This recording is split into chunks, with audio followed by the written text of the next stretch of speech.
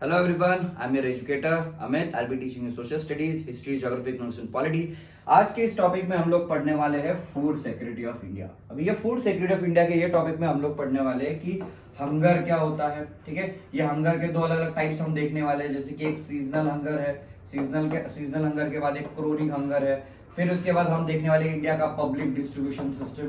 फिर इंडिया में जो एमएसपी होता है, ये एमएसपी क्या है, मिनिमम सपोर्ट प्राइस। ठीक है, ये एमएसपी क्या होता है। फिर उसके बाद इंडिया में फूड सिक्योरिटी की गवर्नमेंट ऑफ इंडिया कैसे मेंटेन करती है, फूड सिक्योरिटी क्या होता है, इंडिया में कौन से लोग हैं जो फूड इनसिक्योर है। ठीक है, कितने लोग हैं जिनको फूड 2 टाइम का खाना अच्छे से नहीं मिलता। ये सारी चीजें हम ये फूड सिक्योरिटी के टॉपिक में पढ़ने वाले। Now before proceeding with the topic, if you people have any doubts, queries, you can connect me on Instagram, I am on YouTube as well. ठीक है, now let's begin with the topic. अब ये food security का जो chapter है, ये food security के topic में हम फूड से रिलेटेड बातें करने वाले। ठीक है, फूड से रिलेटेड कि इंडिया में अलग अलग जो सिटीजन्स हैं, कितने लोगों को फूड एक्सेसिबल है, कितने लोग हैं जो फूड अफोर्ड कर सकते हैं, अच्छा न्यूट्रिशियस फूड अफोर्ड कर सकते हैं। ठीक है, food is an essential for living as air is for breathing. मतलब जो फूड है ये ह्यूमंस के लिए इतना ही इंपॉर्टेंट है जितना एयर ब्रीथ करने के लिए इंपॉर्टेंट होता है। But food security means something more than getting 2 square meals. मतलब जो फूड सिक्योरिटी की हम जब यहाँ पे बात कर रहे हैं, फूड सिक्योरिटी मतलब बस लोगों को एक टाइम का खाना नहीं मिलना चाहिए, लोगों को एडिक्वेट न्यूट्रिशियस फूड मिलना चाहिए। 2 टाइम का खाना अच्छे से मिलना चाहिए, वो भी खाना न्यूट्रिशियस होना चाहिए। ठीक है, ऐसा नहीं कि कुछ भी खा रहे हो उससे कैलोरी रिक्वायरमेंट तुम्हारी पूरी हो रही है पर न्यूट्रिशन रिक्वायरमेंट पूरी नहीं हो रही है।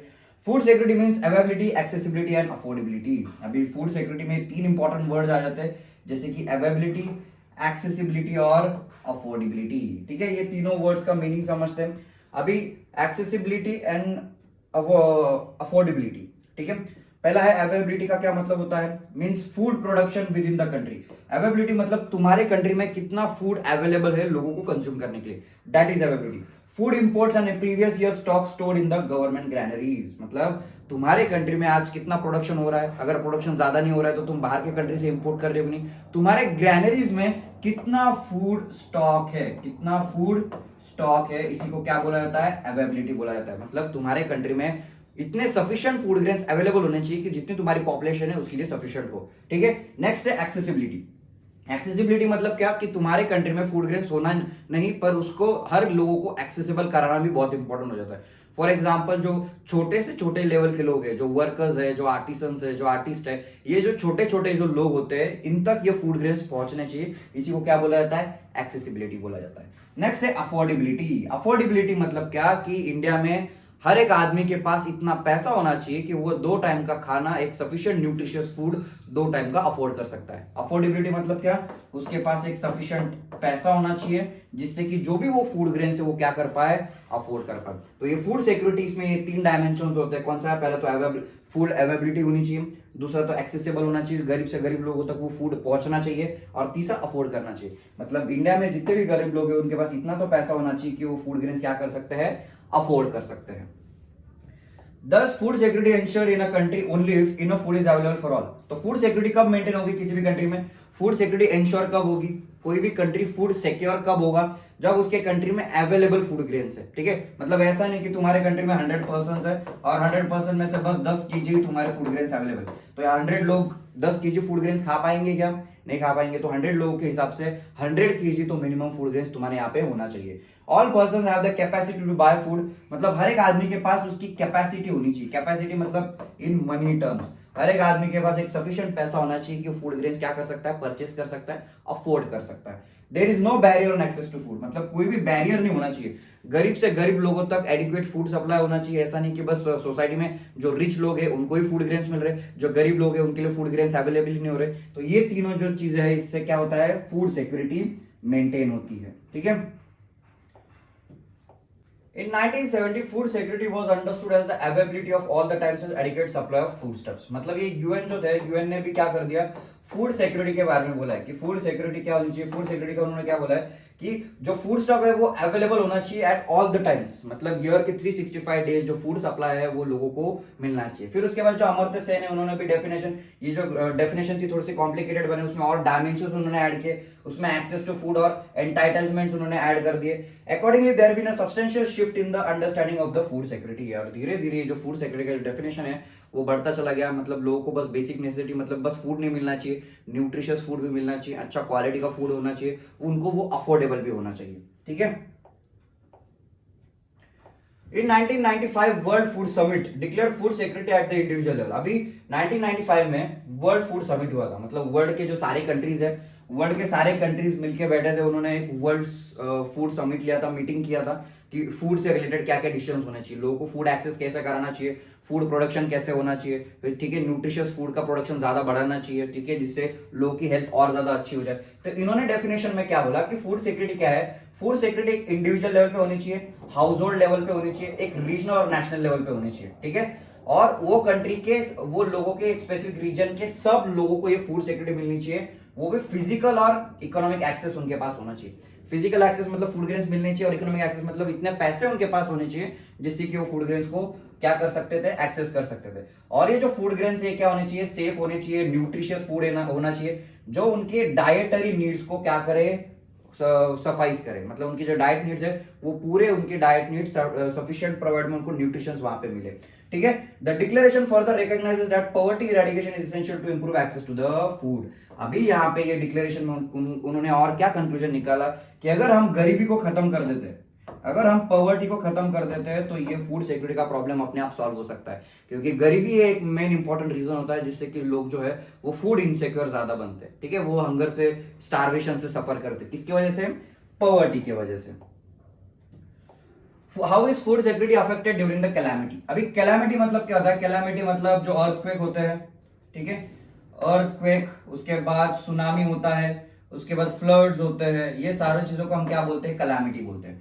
अभी ये कैलामिटी के टाइम पे क्या हो जाता है कि पूरी इकोनॉमिक एक्टिविटी डिस्टर्ब हो जाती है, खेत खराब हो जाते हैं, एग्रीकल्चर लैंड खराब हो जाती है। ठीक है, ये कैलामिटी से पूरा इकोनॉमिक एक्टिविटी जो होता है वो क्या हो जाता है? खराब हो जाता है। Due to the natural calamity से drought, total production of food grain decreases. अभी ये ड्रॉट जैसे कंडीशन में, या कोई भी कैलामिटी, ड्रॉट मतलब सूखा पड़ता है, बारिश नहीं होती है, एग्रीकल्चर खराब हो जाता है, तो ऐसे कंडीशन में फूड ग्रेन का प्रोडक्शन क्या हो जाता है? कम हो जाता है। अभी फूड ग्रेन का प्रोडक्शन अगर कम हो जाएगा तो उसकी वजह से क्या हो जाता है? शॉर्टेज हो जाता है फूड का। ठीक है, मतलब अगर कंट्री में जितने लोग हैं, जितनी पॉपुलेशन है, उतना प्रोडक्शन नहीं हो पाता। अगर उतना प्रोडक्शन नहीं हो पा रहा है तो इसका क्या मतलब हो जाता है? फूड शॉर्टेज चल रहा है। अभी अगर फूड शॉर्टेज चल रहा है तो उसके प्राइसेस क्या हो जाते हैं? बढ़ने लग जाते हैं, तो देयर इज हाई प्राइसेस। अभी जब प्राइसेस फूड ग्रेन के अगर बढ़ जाते हैं तो जो गरीब से गरीब लोग हैं ये फूड को अफोर्ड नहीं कर पाते। ठीक है, तो rich section of the people होते हैं वो तो एट एनी कॉस्ट वो फूड को अफोर्ड कर पाते हैं, और जो लोअर सेक्शन, लोअर स्ट्रेटा के जो लोग होते हैं वो हायर प्राइसेस पे फूड ग्रेन्स को अफोर्ड नहीं कर पाते, परचेस नहीं कर पाते, इसलिए उनको भूखमरी का शिकार होना पड़ता है। In such calamity happens in a very widespread area or stretch over a long period of time, it may lead to the situation of starvation। और ऐसी सिचुएशन, भूखमरी की सिचुएशन अगर बहुत टाइम तक चलती रही तो इसकी वजह से स्टार्वेशन हो सकता है, और स्टार्वेशन की वजह से लोगों की डेथ हो सकती है, and ultimately it may lead to famine. अभी फेमाइन मतलब क्या होता है? फेमाइन मतलब ऐसी कंडीशन होती है जहां पे जो एक स्पेसिफिक रीजन में बहुत सारे लोग स्टार्वेशन से गुजरते हैं, और स्टार्वेशन की वजह से, वो जो स्टार्वेशन है बहुत लंबे समय तक चलता है, उसकी वजह से लोग की बहुत डेथ हो जाती है। ठीक है, famine is characterized by the wide spread death due to the starvation. मतलब बहुत सारी डेथ हो रही है, किसकी वजह से डेथ हो रही है? स्टार्वेशन की वजह से हो रही है, और इसी को एपिडेमिक बोला जा रहा है। एपिडेमिक और पैंडेमिक के बारे में हम लोगों ने पढ़ा था। पैंडेमिक मतलब बहुत सारी कंट्रीज में जब वो चीजें फैल जाती है, ये आ जाता है, एपिडेमिक फैल जाता है, डिजीज फैल जाता है, उसको हम एपिडेमिक बोलते हैं। अब ये स्टार्वेशन जब ज्यादा जगह पे होता है, ज्यादा ज्योग्राफिकल एरिया में, तो उसको एपिडेमिक बोला जा रहा है। ठीक है, तो यहाँ पे फेमाइन मतलब क्या? बहुत टाइम तक लोगों को, लॉन्ग टाइम तक खाना नहीं मिलता, उसकी वजह से उनकी डेथ हो जाती है। ठीक है, और the most devastating famine that occurred in India was the famine of Bengal in 1943। अभी इंडिया में भी जब ब्रिटिशर्स रूल कर रहे थे तो 1943 बंगाल में सबसे डेवास्टेटिंग फेमाइन आया था, जिसमें 30 लाख लोगों की डेथ हुई थी इंडिया में। ठीक है, The agricultural laborer, fishermen, transport workers और other casual laborers were affected। अभी ये फेमाइन में, बंगाल फेमाइन में सबसे ज्यादा अफेक्ट कौन हुआ था? ये एग्रीकल्चर लेबरर्स हुए थे। ठीक है, एग्रीकल्चर में काम करने वाले जो लोग होते हैं, जो लैंडलेस लेबरर्स होते हैं, वो ज्यादा अफेक्ट हुए। फिर फिशरमैन ज्यादा अफेक्ट हो गए, जो ट्रांसपोर्ट वर्कर्स थे, जो गाड़ी पे काम करते, ड्राइवर का काम करते, जो ट्रांसपोर्ट के वर्कर्स है, वो उनको बहुत ज्यादा अफेक्ट हुआ। फिर कैजुअल लेबरर्स है। कैजुअल लेबरर्स मतलब वो बस क्या करते हैं, एक दिन काम करते, दूसरे दिन दूसरे कंपनी के, दूसरे फैक्ट्री में जाके काम करते, उनका जो वर्क होता है वो परमानेंट नहीं होता है, तो उसको कैजुअल लेबरर बोला जाता है। ठीक है, कभी भी उनको निकाला जा सकता है। ठीक है, ये कैजुअल लेबर ये सबसे ज्यादा अफेक्ट हुए थे because of the increase prices of the rice. They were the one who died in the famine. और उन्हीं की सबसे ज्यादा डेथ हुई फेमाइन में, ठीक है। राइस के जो प्राइसेस थे वो बढ़ गए थे, इनकी इनकम ज्यादा एडिक्वेट नहीं थी जिससे कि वो परचेस कर पाते, अफोर्डेबिलिटी उनके पास नहीं थी। Nothing like Bengal famine has ever happened in India again. अभी इंडिया को 1947 में इंडिपेंडेंस मिला, 1947 के बाद से इंडिया में आज तक कोई भी फेमाइन नहीं आया। इंडिया ने बहुत अच्छे मेजर्स लिए, एग्रीकल्चर पे बहुत ज्यादा काम किया है, जिससे कि आज इंडिया एक फूड सफिशिएंट कंट्री है, मतलब सेल्फ सफिशिएंट कंट्री है, जहां पे फूड प्रोडक्शन इंडिया में बहुत सारा हो जाता है, दूसरे कंट्रीज पे अपने को डिपेंडेंट नहीं रहना पड़ता। नेचुरल कैलामिटीज एंड पैंडेमिक्स में also lead to the food shortages. अभी जो कैलामिटीज होती है, नेचुरल कैलामिटीज मतलब सुनामी हो गया, ठीक है, अर्थक्वेक हो गया, ये चीजों की वजह से फूड शॉर्टेज हो सकते हैं। फॉर एग्जांपल देखो, हिमाचल प्रदेश में बहुत सारे लैंडस्लाइड्स होते रहते हैं, अभी चेन्नई में बहुत सारे फ्लड्स हो गए, तो उसमें अभी एग्रीकल्चर क्या हो गया, खराब हो गया। तो गवर्नमेंट ऑफ इंडिया क्या कर रही है, उनको हेल्प कर रही है, इवैक्यूएट करने का काम कर रही है, उनको फूड ग्रेन्स पहुंचाने का काम कर रही है। For example covid pandemic had an adverse impact on the food security. अभी कोविड-19 का जो टाइम था, कोविड-19 के टाइम पे भी बहुत सारे लोग अफेक्ट हुए थे, उनकी लाइफ बहुत ज्यादा अफेक्ट हो गई थी। एग्रीकल्चर भी थोड़ा सा कम चल रहा था, एग्रीकल्चर में प्रोडक्शन बहुत कम हो रहा था, उसमें भी जो बेगर्स थे, ठीक है, जो वर्कर्स थे, उनको काम नहीं मिल रहा था, उनके हाथ में पैसा नहीं था, तो वो फूड ग्रेन्स परचेस नहीं कर पा रहे थे। तो जो लोअर स्टेट ऑफ जो लोग थे, उनका जो टाइम था वो बहुत डिफिकल्ट था कोविड का। Restriction on the movement of the people and goods and services impacted economic activity. अभी कोविड-19 में क्या हुआ था, रेस्ट्रिक्शन बहुत ज्यादा इंपोज कर दिए थे, आपको घर के बाहर निकलना अलाउड नहीं था। अभी रेस्ट्रिक्शन थे, तो रेस्ट्रिक्शन की वजह से क्या हो गया, सारी इकोनॉमिक एक्टिविटी रुक गई इंडिया में, ठीक है। इकोनॉमिक एक्टिविटी मतलब अभी लोग बाहर भी नहीं घूमेंगे, तो जो भिखारी है वो भीख किससे मांगेंगे, ठीक है, जो वर्कर्स है वो काम कैसे करेंगे। अभी जो वर्कर्स होते हैं उनकी सैलरी बहुत मिनिमल होती है, जितना सैलरी वो दिन का काम करते हैं, वो दिन के पैसे पे वो उनका दिन का गुजारा चलता है, तो उनका ये गुजारा कैसे चलता है। तो उनका ये जो कोविड-19 का टाइम था, ये पैंडेमिक का जो टाइम था, बहुत भयानक था। Thus, therefore, food security is needed in a country to ensure food at all the times। इसीलिए किसी भी कंट्री में फूड सिक्योरिटी होना बहुत जरूरी है हर एक टाइम पे। मतलब कोई भी कैलामिटी आए, नेचुरल डिजास्टर आए, कुछ भी हो, तो गवर्नमेंट के पास क्या होना चाहिए, एडिक्वेट फूड सिक्योरिटी होनी चाहिए। अभी ये कोविड-19 पे गवर्नमेंट ऑफ इंडिया ने सब गरीब लोगों को फूड ग्रेन्स प्रोवाइड करना चालू कर दिया, free of cost food grains provide कर दिए थे, ठीक है। अभी वो लॉकडाउन जैसे एक्सटेंड होते जा रहा था, उतना वो जो फूड ग्रेन सप्लाई वो एक्सटेंड करते जा रहे थे, ठीक है, जो फैमिली को। तो बहुत सारे फैमिलीज को जिनके पास रेशन कार्ड था, उनको बहुत ज्यादा हेल्प हुई, गवर्नमेंट ऑफ इंडिया ने उनको हेल्प की, ठीक है। पर जो लोगों के पास रेशन कार्ड नहीं था, वो लोग बहुत ज्यादा अफेक्ट हुए, ठीक है।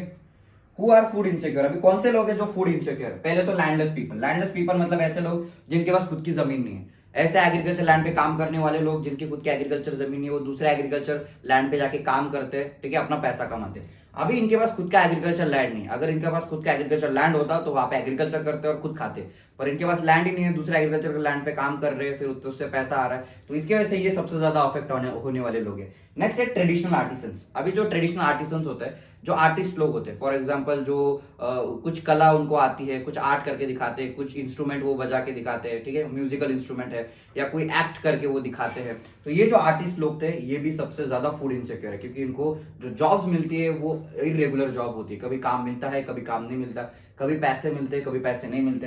अभी नेक्स्ट है ट्रेडिशनल सर्विसेज। अभी ट्रेडिशनल सर्विसेज मतलब ऐसे छोटे मोटे जॉब्स जो आप लोग देखते होंगे, जो शू पॉलिश करने वाला हो गया, ठीक है, जो छोटे मोटे जो हॉकर्स होते हैं, जो हाथ गाड़ी पे काम कर रहे हैं, चाय बेचने वाला होता है, ये ट्रेडिशनल सर्विसेज हो जाती है। ये इनको भी बहुत ज्यादा प्रॉब्लम्स हो जाते हैं फूड सिक्योरिटी के। पेटी सेल्फ एम्प्लॉयड वर्कर्स। अभी ऐसे लोग जो सेल्फ एम्प्लॉयड है, सेल्फ एम्प्लॉयड मतलब ऐसे कुछ वर्कर्स होते हैं जो रोज फैक्ट्री में जाते हैं, फैक्ट्री के बाहर खड़े होते हैं, फैक्ट्री में अगर लेबर का शॉर्टेज हो गया तो उनको काम दिया जाता है पर डे के बेसिस पे, ठीक है। तो ये क्या हो जाते हैं, सेल्फ एम्प्लॉयड वर्कर्स हो जाते हैं, ठीक है। और बहुत सारे सेल्फ एम्प्लॉयड वर्कर्स दूसरे भी होते हैं जो बस खुद का काम फ्रीलांसर जैसा काम कर रहे हैं। फॉर एग्जांपल पेंटर हो गया, पेंटर को पेंट करते आता है, तो उसको कभी कॉन्ट्रैक्ट मिल जाता है तो वो पेंटिंग करता है, कभी नहीं मिलता तो उस दिन भूखा रहता है। नेक्स्ट है बेगर्स। अभी जो बेगर्स होते हैं, ठीक है, कोविड-19 में मैंने बताया बेगर्स की सबसे ज्यादा भयानक कंडीशन थी, क्योंकि बेगर्स जो होते थे वो दूसरे से भीख मांग के खाते थे। अभी कोविड-19 में तो लोग ही नहीं दिख रहे थे उनको बाहर, तो भीख किससे मांगेंगे, तो ये सबसे बड़ी डिफिकल्ट कंडीशन हो जाती है। अभी बेगर्स सबसे ज्यादा फूड इनसिक्योर भी होते हैं, जब लोग उनको भीख देते हैं तभी उनके पास पैसा आता है, तभी वो खाना खाते हैं, ठीक है। तो ये सारे जो लोग हैं, ये क्या है, फूड इनसिक्योर लोग हैं, मतलब इनको कभी खाना मिलता है, कभी खाना नहीं मिलता। अभी इन अर्बन एरियाज की बात करते हैं।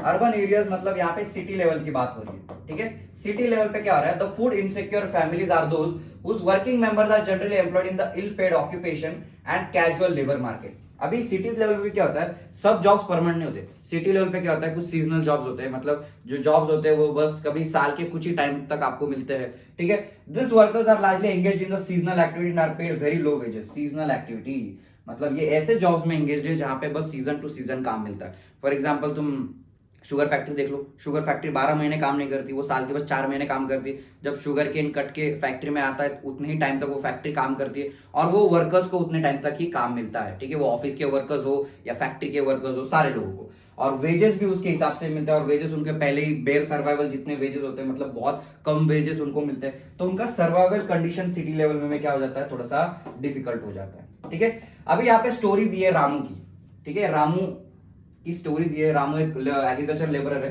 कैजुअल एग्रीकल्चर लेबरर है। अभी रामू के बारे में क्या दिया है, Ramu works as a casual labourer in agriculture in Raipur. अभी रायपुर के विलेज में ये रामू काम करता है एग्रीकल्चर लेबर। उसका एक बड़ा बेटा है 10 साल का सोमू, ठीक है। अभी ये जो सोमू है ये सरपंच के घर पे काम करता है। क्या करता है सरपंच के घर पे, जो कैटल है, जो गाय भैंस बकरी, उसको संभालने का काम करता है। उसको सैलरी कितनी मिल रही है, उसको सैलरी 1000 रुपए मिल रही है, ठीक है।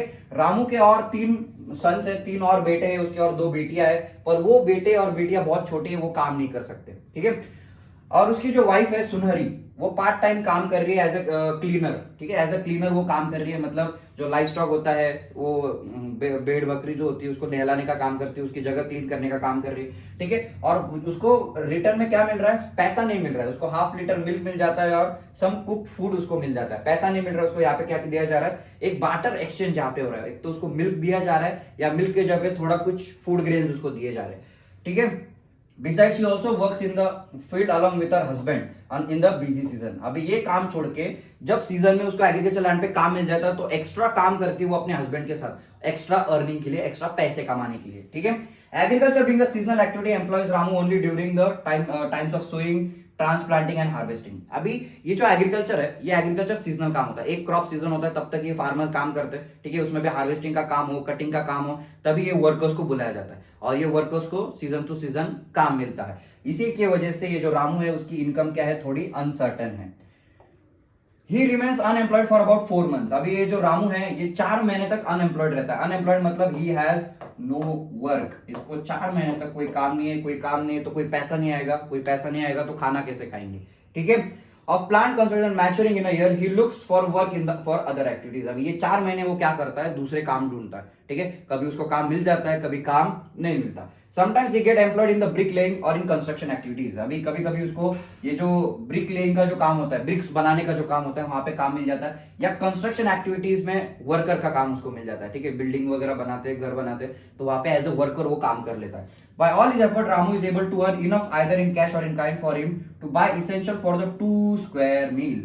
मतलब रामू इतना सारा काम करके, इतनी मेहनत करने के बाद भी वो बस इतना ही पैसे कमा पाता है जिससे उसको और उसकी फैमिली को 2 टाइम का खाना मिल पाए, ठीक है। However, during these days when he is unable to get some work, he and his family really faces difficulties। अभी ऐसे टाइम पे उसकी और उसकी फैमिली, ठीक है, उसको जब काम नहीं मिलता, उसको जब जॉब नहीं मिलता, तो उसकी वजह से उसकी फैमिली क्या करती है, बहुत डिफिकल्ट सिचुएशन फेस करती है, ठीक है। Sometimes this small kids have to sleep without food. कभी कभी उसको और उसके फैमिली को, उसके छोटे बच्चों को बिना खाने के ही सोना पड़ता है। ऐसी सिचुएशन तक उस तक आ जाती है। Milk and vegetables are not a regular part of the meal in the family. मतलब ये जो दूध है और ये वेजिटेबल्स है, ये रेगुलरली ये फैमिली कंज्यूम नहीं करते, ठीक है। आप देखो आपके फैमिली में आप हर रोज रोटी सब्जी खाते हो, ठीक है, रोटी सब्जी नहीं पिज्जा बर्गर खा लेते हो, पर आपको एटलीस्ट खाना तो नसीब होता है 2 टाइम का। तो ये वेजिटेबल और मिल्क उसके फैमिली में कांस्टेंट नहीं है, कभी मिलते हैं कभी नहीं मिलते।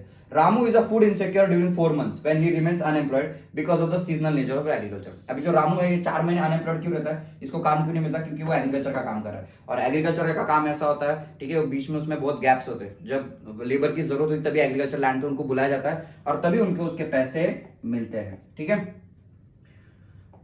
अभी दूसरी स्टोरी है अहमद की। पहला तो कैजुअल एग्रीकल्चर लेबर था, अभी जो अहमद है वो क्या है, रिक्शा पुलर है। अहमद जो है क्या है, रिक्शा पुलर है। कहां पे है, बेंगलोर में। अभी अहमद जो है वो शिफ्ट हुआ है झुमरी तलैया में। उसके 3 भाई है, 2 सिस्टर्स है और उसके बूढ़े माँ बाप है, जो काम किस पे रहते हैं, झुग्गी में रहते हैं। झुग्गी मतलब क्या होता है, झोपड़ी जैसा होता है, उसको झुग्गी बुलाता है। अभी इतनी बड़ी फैमिली झोपड़ी में रह रही है, ठीक है। The survival of all the members of his family depends on the daily earning। अभी ये पूरे फैमिली मेंबर्स का जो सर्वाइवल है किसके ऊपर डिपेंड है, ये अहमद जो रिक्शा पुलर है उसके अर्निंग के ऊपर डिपेंड है। मतलब जो पूरी फैमिली है ये अकेले अहमद पर डिपेंडेंट है खाने के लिए। However, he does not have a secured employment and his earning is fluctuate every day। अभी ये जो रिक्शा पुलर है इसका जो एम्प्लॉयमेंट है हर रोज सेम नहीं है, कांस्टेंट नहीं। कभी उसको कस्टमर मिल जाता है, कभी कस्टमर नहीं मिलता। जो जिस दिन कस्टमर मिल जाता है तो अच्छा पैसा कमा लेता है, अच्छा खाना खा लेता है, पर जिस दिन कस्टमर नहीं मिलता उस दिन उसको भूखे पेट सोना पड़ता है। During some days he gets enough earning for him to save some amount after buying his day to day necessities. मतलब कभी कभी उसका बिजनेस अच्छा चल जाता है, कभी कभी उसको कस्टमर्स मिल जाते हैं, वो कस्टमर्स मिलने के कारण उसको पैसा अच्छा मिलता है, तो वो पैसे सेव भी कर लेता है, खाना भी खा लेता है। पर कुछ दिनों में क्या हो जाता है, वो अपने बेसिक नेसेसिटीज भी पूरे नहीं कर पाता। जिस दिन उसको कस्टमर्स नहीं मिलते उस दिन वो खाना भी नहीं खा पाता और उसकी फैमिली भी नहीं खाना खा पाती। ठीक है। However, fortunately, Ahmad has a yellow card, which is a public distribution system. ठीक है। अभी अहमद जो है उसके पास येलो कार्ड है। येलो कौन सा है? ये रेशन कार्ड है। ठीक है। ये रेशन कार्ड जो होता है ये गवर्नमेंट ऑफ इंडिया देता है, और ये रेशन कार्ड पे जो गरीब लोग होते हैं ये उनको पब्लिक डिस्ट्रीब्यूशन सिस्टम थ्रू उनको फ्री फूड ग्रेन्स या सब्सिडाइज्ड प्राइसेस पे फूड ग्रेन्स मिलते हैं। तो अहमद भी क्या कर रहा है, उसका येलो कार्ड से वो क्या कर रहा है, गवर्नमेंट से व्हीट परचेस कर रहा है, राइस परचेस कर रहा है, शुगर और केरोसिन परचेस कर रहा है।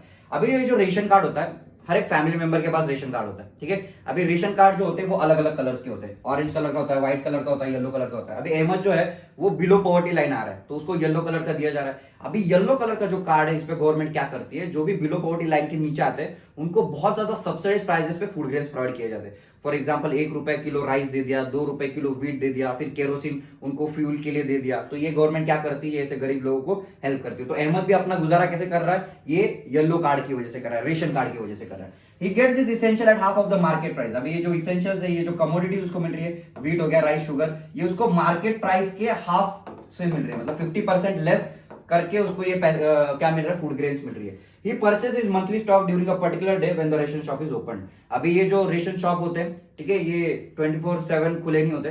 रेशन शॉप का दिन होता है, वो जाके वहां पे ये जो वर्कर्स होते हैं क्या करते हैं, पूरे महीने भर का राशन परचेस कर लेते हैं। ठीक है। और एक महीने तक अपना गुजारा चलाते हैं। In this way Ahmad is able to eke out the survival with the less than sufficient earning। और इसी की वजह से अहमद की भले अर्निंग बहुत कम है पर वो अपना सर्वाइवल कर पा रहा है, अपनी फैमिली को संभाल कर पा रहा है, संभालते आ रहा है। कैसे, किसे हेल्प की वजह से आ रहा है, ये रेशन कार्ड की हेल्प से। रेशन कार्ड उसके पास है तभी उसकी जो फैमिली है वो अच्छी से 2 टाइम का खाना खा पा रही है। ठीक है। The social composition along with the inability to buy food also plays a role of food insecurity।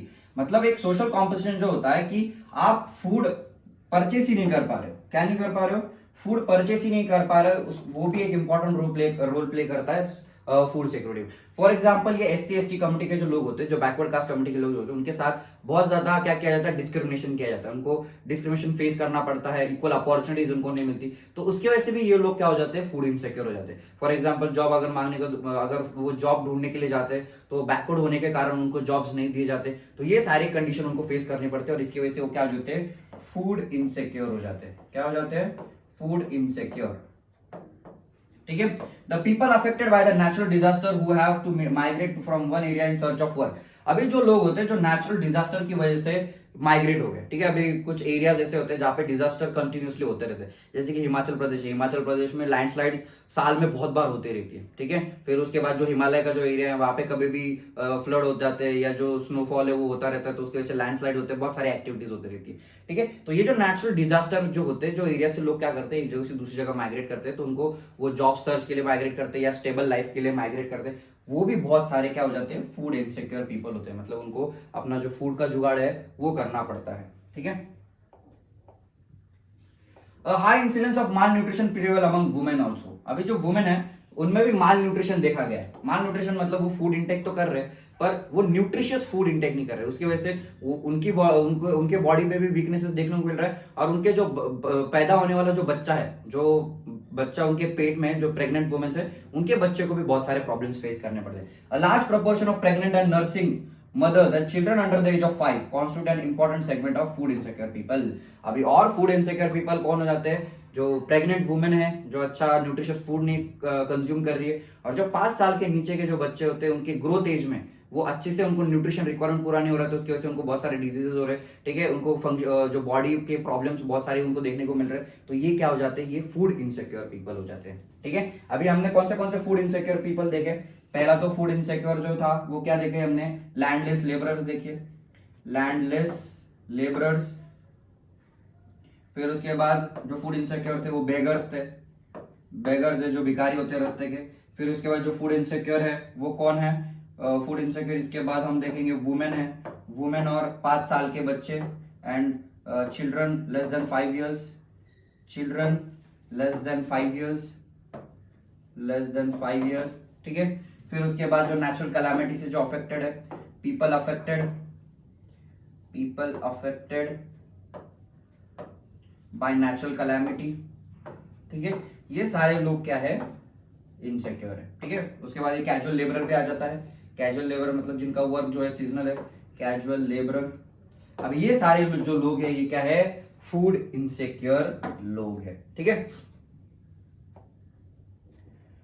In fact the state of Uttar Pradesh, Bihar, Jharkhand, Odisha, west Bengal, Chhattisgarh, the parts of Madhya Pradesh and Maharashtra account for the largest number of food insecure people. अभी कुछ state ऐसे हैं India में, ठीक है, कुछ develop state भी है, कुछ अंडर डेवलप स्टेट भी है, पर ज्यादा प्रोपोर्शन फूड इनसिक्योर पीपल का अंडर डेवलप स्टेट में।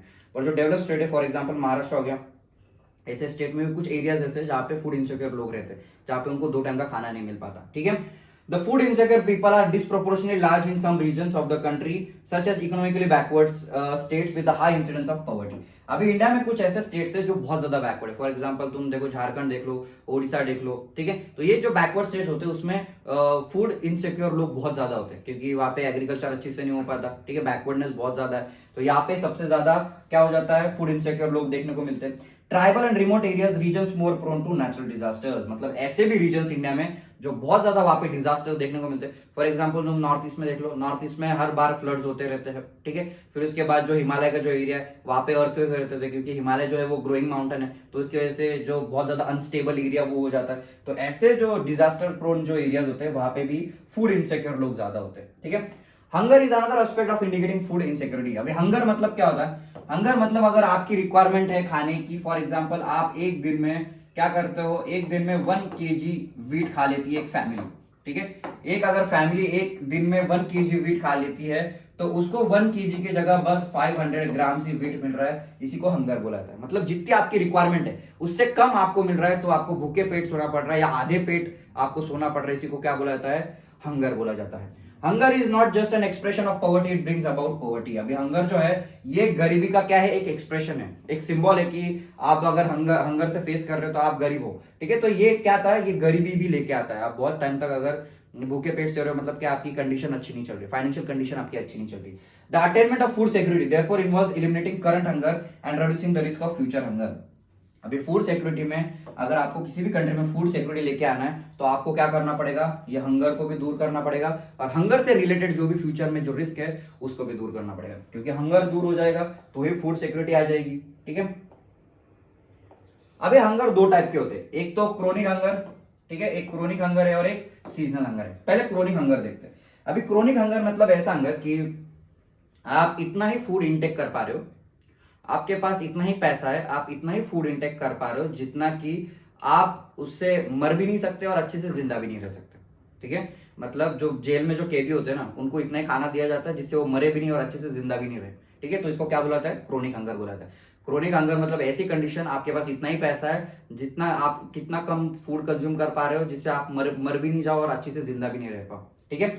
Consequences of diet persistently inadequate in terms of quantity and quality, मतलब जो एक डाइट होता है वो इनएडिक्वेट डाइट आप अफोर्ड कर पाते हो, जो क्वांटिटी ऑफ फूड है, जो क्वालिटी ऑफ फूड है, कम क्वालिटी का फूड अफोर्ड कर पा रहे हो, कम क्वांटिटी का और क्वालिटी का फूड अफोर्ड कर पा रहे हो। Poor people suffer from chronic hunger, जो गरीब लोग होते हैं उनके पास पैसा कम होता है तो वो कम से कम खराब से खराब क्वालिटी का खाना खा लेते हैं, ठीक है। कम पैसे रहते हैं तो कम क्वांटिटी में खाना खा लेते हैं, एक वड़ा पाव पे पूरा दिन गुजार लेते हैं, तो इसी को क्या बोलेंगे हम, क्रोनिक हंगर बोलेंगे, ठीक है। Because of their very low income, उनकी बहुत कम इनकम होने की वजह से there is inability to buy food even for the survival, मतलब उनके सर्वाइवल के लिए भी वो ठीक से फूड कंज्यूम नहीं कर पा रहे, इसी को क्या बोला जा रहा है यहाँ पे, क्रोनिक हंगर बोला जा रहा है, ठीक है। अब इस सीजनल हंगर क्या होता है, सीजनल हंगर मतलब क्या, कुछ लोग होते हैं उनको बस सीजन टू सीजन काम मिलता है। जैसे हमने डिस्कस किया था कि शुगर केन की फैक्ट्री जो होती है वो 4 महीने चलती है, अगर शुगर फैक्ट्री 4 महीने तक चल रही है तो लोगों को काम भी 4 महीने तक मिलेगा, तो बाकी टाइम तक लोग क्या हो जाएंगे, अनएम्प्लॉयड हो जाएंगे। तो लोगों को जब तक जॉब मिलता है, जब तक काम मिलता है, वो अच्छी से खाना खाते हैं, और जिस दिन उनका जॉब चला जाता है तो वो क्या करते हैं, स्टारवेशन से फेस करते हैं, भूखमरी से फेस करते हैं। इसी को क्या बोला जा रहा है, सीजनल हंगर बोला जा रहा है। It is related to the cycle of food growing and harvesting. This is prevalent in the rural areas because of the seasonal nature of the agriculture. अब ये जो सीजनल हंगर है सबसे ज्यादा रूरल एरियाज में दिखाई जाता है, क्यों? Because of the seasonal nature of the agriculture. जो एग्रीकल्चर है उसका भी सीजनल नेचर है, ठीक है, हर साल पूरा साल भर तो एग्रीकल्चर काम नहीं चलता, बीच में तो ब्रेक्स होते हैं उसमें बहुत। In urban areas because of the casual labourers there is a less work for casual construction labourers. अभी अर्बन एरियाज में, रूरल एरियाज में तो एग्रीकल्चर है पूरा, अर्बन एरियाज में तो फैक्ट्रीज होती है, ठीक है, कंस्ट्रक्शन साइट होती है। अभी कंस्ट्रक्शन पे भी काम तुमको 365 डेज नहीं मिलता, बीच में कंस्ट्रक्शन का काम रुकता है, तो उसमें गैप्स होते हैं, दूसरे काम करने पड़ते हैं, तो उसकी वजह से जो कैजुअल लेबर होते हैं वो क्या हो जाते हैं, अनएम्प्लॉयड हो जाते हैं, उनको घर पे बैठना पड़ता है। This type of hunger exist when a person is unable to get work for the entire year. अब ये सीजनल हंगर कब होता है? जब एक आदमी को पूरा साल के 365 डेज जब काम नहीं मिलता, तब ये सीजनल हंगर उनको फेस करना पड़ता है, ठीक है। अब ये टेबल दिया है आपके बुक में, ठीक है, ये टेबल क्या दिया है कि कितना सीजनल हंगर कितना है, क्रोनिक हंगर कितना है, ठीक है। इंडिया की बात हो रही है, पहले रूरल एरियाज की बात करें। रूरल एरियाज मतलब विलेज लेवल के जो एरियाज होते हैं उसकी बात हो रही है। फिर उसके बाद अर्बन एरियाज है, अर्बन एरियाज मतलब सिटी लेवल की बात हो रही है। रूरल एरियाज में 1983 का डेटा दिया है, सीजनल हंगर कितना है, 16.2% है, ठीक है, और क्रोनिक हंगर कितना है, 2.3% है। अभी रूरल एरियाज में एग्रीकल्चर पे लोग ज्यादा डिपेंड होते हैं, इसलिए सीजनल हंगर ज्यादा है, ठीक है। रूरल एरियाज में एग्रीकल्चर जो ऑक्यूपेशन होता है वो मेजॉरिटी ऑफ द लोग एग्रीकल्चर ही करते हैं, और वो सीजनल हंगर यहाँ पे ज्यादा देखने को मिल रहा है, ठीक है। अभी ये सीधा 1983 16.2, 1999 का देख लो, सीधा 2.6 हो गया है। मतलब जो एग्रीकल्चर है, जो रूरल एरियाज है, रूरल एरियाज में लोगों को क्या होते जा रहा है, अभी सीजनल नेचर ऑफ वर्क से वो दूसरे वर्क पे शिफ्ट हो रहे हैं, वो वर्कर्स का काम कर रहे हैं, फैक्ट्री में काम कर रहे हैं, ठीक है, तो मतलब ये कम हो गया है, मतलब it is a good sign. अभी अर्बन एरियाज में क्या हो रहा है, 1983 में 5.6 था, अभी सीजनल हंगर 5.6 क्यों है रूरल एरियाज में और अर्बन एरियाज में ज्यादा क्यों था? क्योंकि रूरल जो अर्बन एरियाज होते हैं, अर्बन एरियाज में एग्रीकल्चर बहुत कम होता है as compare to the rural areas. Rural areas में एग्रीकल्चर ज्यादा किया जाता है, अर्बन एरियाज में फैक्ट्रीज ज्यादा होती है, ठीक है। और यहाँ पे 1983 में 5.6 सीजनल हंगर है अर्बन एरियाज में, और 0.8 क्रोनिक हंगर है, ठीक है। 1990 तक आते आते 1999 तक आते आते 0.6 हो रहा है, 0.3 हो रहा है। ये क्या है? ये गुड साइन है, मतलब इससे पता चलता है कि इंडिया धीरे धीरे डेवलप हो रहा है, जो हंगर है वो इंडिया में कम होते जा रहा है, गरीबी कम होते जा रही है, ठीक है। अभी India is aiming at self sufficiency in food grains since independence. India जो है 1947 से, इंडिया जब 1947 में इंडिया को इंडिपेंडेंस मिला, इंडिपेंडेंस मिलने के बाद इंडिया ने 5 ईयर प्लान बनाए। तो फर्स्ट 5 ईयर प्लान में 5 ईयर प्लान, ठीक है, 5 साल के जो प्लान बनाते हैं, ठीक है, ये 5 ईयर प्लान में इंडिया ने सबसे पहले किस पे फोकस किया? एग्रीकल्चर पे फोकस किया, ठीक है। इंडिया ने ग्रीन रेवोल्यूशन रन किया, ग्रीन रेवोल्यूशन स्टार्ट होता है 1960-70 से। अभी ये ग्रीन रेवोल्यूशन में इंडिया ने क्या करना चालू कर दिया? इंडिया का फूड ग्रेन प्रोडक्शन बढ़ाना चालू कर दिया, वो फार्मर्स को अच्छे high yielding variety of seeds provide करना चालू कर दिए, उनको अच्छी इरिगेशन सिस्टम प्रोवाइड करना चालू कर दिया, ठीक है, उनको मशीन्स प्रोवाइड किए, ट्रैक्टर्स, थ्रेशर्स, ऐसे बड़े बड़े जो मशीन्स होते हैं, फर्टिलाइजर्स उनको प्रोवाइड करना चालू कर दिया, जिससे कि क्या हो जाता है, प्रोडक्शन और बढ़ते बढ़ते जाता है, और इंडिया क्या हो जाता है, एग्रीकल्चर में एक सेल्फ सफिशिएंट कंट्री बन जाता है। सेल्फ सफिशिएंट का क्या मतलब होता है? सेल्फ सफिशिएंट मतलब पूरा जो एग्रीकल्चर प्रोड्यूस है वो इंडिया में ही हो रहा है, इंडिया से बाहर जाके अपने को इंपोर्ट करने की जरूरत नहीं। एग्रीकल्चर का कोई भी प्रोडक्ट अपने को बाहर से परचेस करने की जरूरत नहीं पड़ती, इसको क्या बोला जाता है? सेल्फ सफिशिएंट बोला जाता है, ठीक है। Indira Gandhi the prime minister of India, prime minister of India officially recorded the impressive strides of green revolution, ठीक है। अभी इंदिरा गांधी के टाइम पे ग्रीन रेवोल्यूशन का जो इफेक्ट था, ग्रीन रेवोल्यूशन तो 1960 से चला, ठीक है, तो 1960 के बाद से ग्रीन रेवोल्यूशन के इफेक्ट जो थे वो 5-10 साल बाद देखने को मिले, प्रोडक्शन था वो बूस्ट होने लग गया, ठीक है। अभी इसी को इंडिकेट करते करते जो स्टैम्प थे इंडिया में, जो स्टैम्प्स थे वो व्हीट के पिक्चर्स के बनाए गए। ये जो व्हीट है, ये स्टैम्प आप लोग देख सकते हो, इसमें व्हीट का पिक्चर दिया हुआ है। व्हीट मतलब ये जो स्टैम्प्स होते थे, ये इसमें बताए जाते थे कि ये इंडिया का ये सक्सेस का सिंबल है कि कैसे हमने एग्रीकल्चर प्रोडक्शन बढ़ाया। The success of the wheat was later replicated in the rice. अभी जो व्हीट का जो सक्सेस अपने को देखने को मिला, व्हीट का सक्सेस का जो एग्जांपल था वो हमने किसमें रेप्लिकेट कर दिया? राइस का भी प्रोडक्शन हमने बढ़ा दिया, ठीक है। The increase in the food grains was however disproportionate. अभी जो फूड ग्रेन्स का जो प्रोडक्शन था वो हर एक जगह पे अलग अलग था, ठीक है। मतलब जो एग्रीकल्चरली बहुत पहले डेवलप स्टेट्स थे इंडिया में, उनका एग्रीकल्चर प्रोडक्शन बहुत ज्यादा बूस्ट हुआ, जो बैकवर्ड स्टेट्स थे वो बैकवर्ड ही रहे। ग्रीन रेवोल्यूशन का इफेक्ट हर स्टेट में इक्वल नहीं था, ग्रीन रेवोल्यूशन कुछ जगह पे बहुत ज्यादा सक्सेसफुल हुआ, कुछ जगह पे सक्सेसफुल हुआ ही नहीं, ठीक है। The highest rate of growth, Uttar Pradesh में कितना व्हीट परचेस किया जा रहा है, ठीक है, 2015-16 का डेटा दिया हुआ है। उत्तर प्रदेश में 44.01 मिलियन टन है, मध्य प्रदेश में 30 मिलियन टन है, ठीक है। टोटल फूड ग्रेन इंडिया में, टोटल फूड ग्रेन प्रोडक्शन कितना हो रहा है? ये टोटल इंडिया की बात हो रही है। 15-16 का डेटा दिया हुआ है, 252 मिलियन टन है इंडिया में, और 275 2016-17 में है, ठीक है। अभी उसमें भी बस स्पेसिफिक व्हीट का प्रोडक्शन देखेंगे 15-16 में, तो उत्तर प्रदेश का कितना प्रोडक्शन हो रहा है, 26 मिलियन टन हो रहा है। मध्य प्रदेश का 17 मिलियन टन हो रहा है। उत्तर प्रदेश को बहुत ज्यादा बेनिफिट हुआ है ग्रीन रेवोल्यूशन का, उसमें प्रोडक्शन बहुत ज्यादा होता है व्हीट का। अभी राइस का जो प्रोडक्शन है, राइस का 15-16 का डेटा दिया हुआ है, किसका, राइस का। अभी राइस वहीं पे ग्रो होगा जहां पे पानी सबसे ज्यादा है, because rice is a water intensive crop. तो वाटर इंटेंसिव क्रॉप मतलब ये पानी बहुत ज्यादा लगता है ये राइस को। तो यहाँ पे वेस्ट बंगाल में प्रोड्यूस किया जा रहा है 15.75 और उत्तर प्रदेश में है 12.51 मिलियन टन। ये क्या है, फैक्चुअल डेटा दिया हुआ है ईयर वाइज। तो इससे आप लोग पता लगा सकते हो कि इंडिया में फूड ग्रेन का प्रोडक्शन कैसे अलग अलग स्टेट्स में अलग अलग देखने को मिला। Food security in India. Since the advent of the Green Revolution early 1970s, the country has avoided famine even during the adverse weather condition.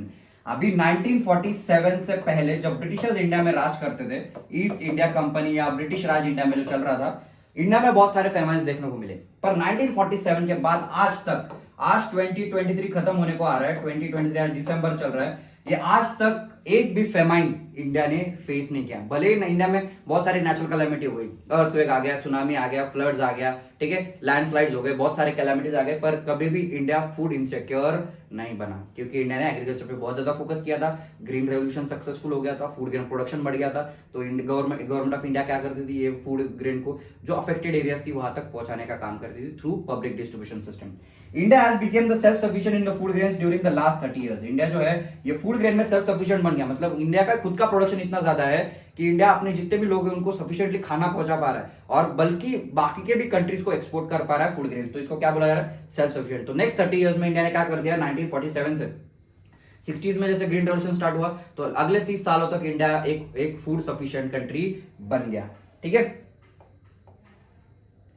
अभी ये चार्ट दिया है, ये आपके टेक्स्ट बुक में भी चार्ट दिया है। ये चार्ट में क्या दिया है कि इंडिया का प्रोडक्शन कैसे 1960-61 में ऐसा 80 बिलियन टन था, 71 में 108 मिलियन टन हो गया, ठीक है। फिर उसके बाद डायरेक्ट 2011-12 की बात करते हैं 259 मिलियन टन हो गया, और 1920 का जो डेटा दिया है वो 297 मिलियन टन हो गया।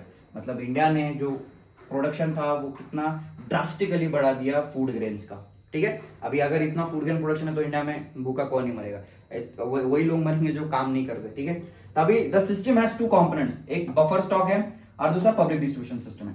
अभी बफर स्टॉक क्या होता है, ठीक है, पहले समझते हैं बफर स्टॉक क्या होता है। बफर स्टॉक एक ऐसा स्टॉक होता है जो गवर्नमेंट ऑफ इंडिया रिजर्व बना के रखती है। ठीक है, फॉर एग्जाम्पल कि आपके घर में आप शॉपिंग करते होंगे, हर एक महीने का आप क्या करते हो, शॉप में जाके, जो किराना स्टोर से जाके अपने फूड ग्रेन्स परचेस करते हो, बहुत सारी चीजें परचेस करते हो जो घर में आपको लगती है, तो आप क्या करके रखते हो, एक स्टॉक करके रखते हो, राइट, स्टॉक कर रहे हो। अभी कोविड-19 में भी बहुत सारे लोगों ने क्या किया, घर के बाहर नहीं निकलना था तो 2-2 महीने का जो गुड्स थे, जो घर में चीजें लगने वाली थी, वो स्टॉक करके रखी। आप मैगी बहुत सारी स्टॉक करके रखते हो। तो ऐसे ही गवर्नमेंट ऑफ इंडिया का क्या होता है, एक बफर स्टॉक होता है। गवर्नमेंट ऑफ इंडिया क्या करता है, जब फूड ग्रेन प्रोड्यूस हो जाता है, एग्रीकल्चर सीजन चल रहा होता है, तो फार्मर से बहुत सारे फूड ग्रेन्स परचेस करके रखती है और उसको स्टॉक करके रखती है। ठीक है, गोडाउन्स में स्टॉक करके रखते हैं, और जब भी कोई कैलामिटी वाली सिचुएशन आ जाती है वो स्टॉक को यूज किया जाता है। इसी को क्या बोला जाता है, बफर स्टॉक बोला जाता है। Do you know why this buffer stock is created by the government. अभी ये जो बफर स्टॉक है गवर्नमेंट बनाती क्यों है, this is done to distribute food grains in the deficit areas. अभी ये जो बफर स्टॉक होता है, जो गोडाउन में जो एक्स्ट्रा स्टॉक बना के गवर्नमेंट रखती है, वो क्या करती है, अगर कोई जगह पे फूड ग्रेन्स बहुत कम हो रहे हैं, फॉर एग्जांपल झारखंड में एग्रीकल्चर खराब हो गया, तो झारखंड में फूड ग्रेन्स पहुंचाने का काम कौन करती है, गवर्नमेंट करती है। फॉर एग्जांपल अगर हिमाचल प्रदेश में डिजास्टर आ गया, लैंडस्लाइड हो गए, तो वो अफेक्टेड एरिया में फूड ग्रेन पहुंचाने का काम कौन करेगा, गवर्नमेंट करेगा। अब ये फूड ग्रेन्स किस में से जाएंगे, ये फूड ग्रेन्स जाएंगे बफर स्टॉक में से। ठीक है, जो बफर स्टॉक होता है, ये बफर स्टॉक गोडाउन में रखा जाता है, गवर्नमेंट के पास ये एक्स्ट्रा स्टॉक होता है, जिससे कि गवर्नमेंट क्या करती है, एक स्पेसिफिक प्राइस पे फार्मर से परचेस करती है और ये किसको बेचती है, जहां पे कैलामिटी हुई है, जो अफेक्टेड एरियाज है, जहां पे एग्रीकल्चर प्रोडक्शन बहुत कम है, वहां पे सेल करने का काम करती है। ये बात समझ में आ रही है। ठीक है, तो अभी जो प्राइस पे जो फार्मर्स, ठीक है, एक minute, among the poor strata of the society at a price lower than the market price, also known as issue price. मतलब ये जो बफर स्टॉक में से जो फूड ग्रेन्स दिए जाते हैं, ये एक लो लेवल प्राइस पे दिए जाते हैं, लो लेवल प्राइस पे, इसी को क्या बोला जाता है, इशू प्राइस बोला जाता है। ठीक है, this also helps resolve the problem of shortage of food. और इसी की वजह से और क्या प्रॉब्लम सॉल्व हो जाते हैं बफर स्टॉक की वजह से, एक तो फूड शॉर्टेज है वो खत्म हो जाता है, क्योंकि गवर्नमेंट के पास बहुत बड़ा स्टॉक है। जहां पे भी शॉर्टेज होता है, गवर्नमेंट ऑफ इंडिया क्या कर देता है, वहां पे पब्लिक डिस्ट्रीब्यूशन के थ्रू वहां पे गुड्स भेज देता है ड्यूरिंग एडवर्स वेदर कंडीशन और during the periods of calamity. मतलब ये बफर स्टॉक के कितने फायदे हो रहे हैं याद आ लो। बफर स्टॉक के दो फायदे हो गए। पहले दो, गवर्नमेंट के पास बफर स्टॉक है तो बफर स्टॉक की वजह से पहले बफर स्टॉक परचेस करना पड़ रहा है। किससे परचेस करेंगे? फार्मर से परचेस करेंगे। फार्मर से परचेस करेंगे तो पैसे देके करेंगे तो फार्मर्स को अपना पैसा मिल जाएगा, एक बेनिफिट वो हो रहा है। और दूसरा बेनिफिट क्या हो रहा है, जहां पे कैलामिटी हो रही है, जहां पे फूड शॉर्टेजेस चल रहे हैं, वहां पे गवर्नमेंट अपना फूड स्टॉक देती है, अपना जो बफर स्टॉक है वो सप्लाई करती है, ठीक है। और अगर प्राइसेस फूड ग्रेन्स के बहुत ज्यादा बढ़ रहे हैं तो गवर्नमेंट क्या करती है, अपना बफर स्टॉक होता है वो मार्केट में रिलीज कर देती है, जिससे कि प्राइसेस क्या हो जाते हैं, कम हो जाते हैं। At the end of the day benefit किसको हो रहा है? इकोनॉमी को हो रहा है, गवर्नमेंट को हो रहा है, उसके लोगों को हो रहा है, ठीक है। Buffer stock is the stock of the food grains namely wheat and rice. अभी जो बफर स्टॉक होता है, ये बफर स्टॉक मोस्टली व्हीट और राइस का किया जाता है। क्यों व्हीट और राइस का किया जाता है? बिकॉज व्हीट और rice is the staple food of most of the people in India. जो व्हीट और आप लोग देखो दोनों टाइम के खाने में आप राइस तो खाते हो, व्हीट भी खाते हो, ठीक है। तो ये मोस्ट गवर्नमेंट ऑफ इंडिया क्या करता है, फिर ये दो फूड ग्रेन्स पे ज्यादा टारगेट करता है। अभी गवर्नमेंट ऑफ इंडिया क्या कर रहा है, फूड ग्रेन्स परचेस कर रहा है। किससे फूड ग्रेन्स परचेस कर रहा है? फार्मर्स से फूड ग्रेन्स परचेस कर रहा है। अभी ये जो फार्मर्स होते हैं, फार्मर से डायरेक्टली जाके गवर्नमेंट परचेस नहीं करता, ये काम करता है फूड कॉर्पोरेशन ऑफ इंडिया। अभी फूड कॉर्पोरेशन ऑफ जो इंडिया होता है, ये क्या करता है, इंडिया में जितने भी फार्मर्स है वो अपना फूड ग्रेन प्रोड्यूस कर रहे हैं, उनसे परचेस करने का काम करता है। अभी ये जो परचेस होता है, ये कौन से अमाउंट पे परचेस करता है? ये एमएसपी पे करता है। एमएसपी मतलब मिनिमम सपोर्ट प्राइस। अभी जो मिनिमम सपोर्ट प्राइस होता है, ये ऐसा प्राइस होता है जिससे गवर्नमेंट ऑफ इंडिया खुद फार्मर से, इंडियन फार्मर से फूड ग्रेन राइस और व्हीट परचेस करता है। इसी को क्या बोला जाता है? मिनिमम सपोर्ट प्राइस होता है। अभी ये मिनिमम सपोर्ट प्राइस जो होता है, इसमें गवर्नमेंट कॉस्ट ऐड करती है, फार्मर्स को कितना कॉस्ट लगा ये व्हीट और राइस बनाने के लिए। फिर उसके बाद सर्टन वो ट्रांसपोर्ट जो होता है, ट्रांसपोर्ट ऐड कर देती है। ट्रांसपोर्ट के बाद उनका कुछ सर्टन प्रॉफिट परसेंटेज ऐड करती है। इसके बाद उसमें इंडिया में जो इन्फ्लेशन चल रहा है, इन्फ्लेशन को भी ऐड किया जाता है। और इसके बाद एमएसपी का जो रेट है, ये गवर्नमेंट डिसाइड करती है, ठीक है। तो गवर्नमेंट जो वो फार्मर्स के लिए कितना काम कर रही है, पहले तो जितना कॉस्ट उनको वो क्रॉप बनाने में लगा वो कॉस्ट ऐड किया जा रहा है, उनको ट्रांसपोर्ट में कितना खर्चा लगा वो ऐड किया जा रहा है, उनका प्रॉफिट परसेंटेज, जितना प्रॉफिट उनको होना चाहिए उतना प्रॉफिट परसेंटेज भी दिया जा रहा है। और उसके बाद इंडिया में कितना इन्फ्लेशन चल रहा है उसके हिसाब से भी उनको ये एमएसपी, ये प्राइसेस है, वो प्राइसेस पे फार्मर्स से इंडियन गवर्नमेंट मतलब food corporation of India purchase करती है फूड ग्रेन्स, ठीक है। अभी ये जो फूड कॉर्पोरेशन ऑफ इंडिया किससे परचेस करती है? ऐसे स्टेट से परचेस करती है जहां पे जो प्रोडक्शन है वो सरप्लस है, मतलब प्रोडक्शन बहुत ज्यादा हो रहा है व्हीट और राइस का, तो प्रोडक्शन ज्यादा का होता है, पंजाब में होता है, यूपी बिहार ऐसे स्टेट्स में ज्यादा प्रोडक्शन होता है, ठीक है। तो ऐसे स्टेट से क्या करता है गवर्नमेंट ऑफ इंडिया? परचेस करता है, ठीक है। क्या परचेस करता है? फूड ग्रेन परचेस करता है।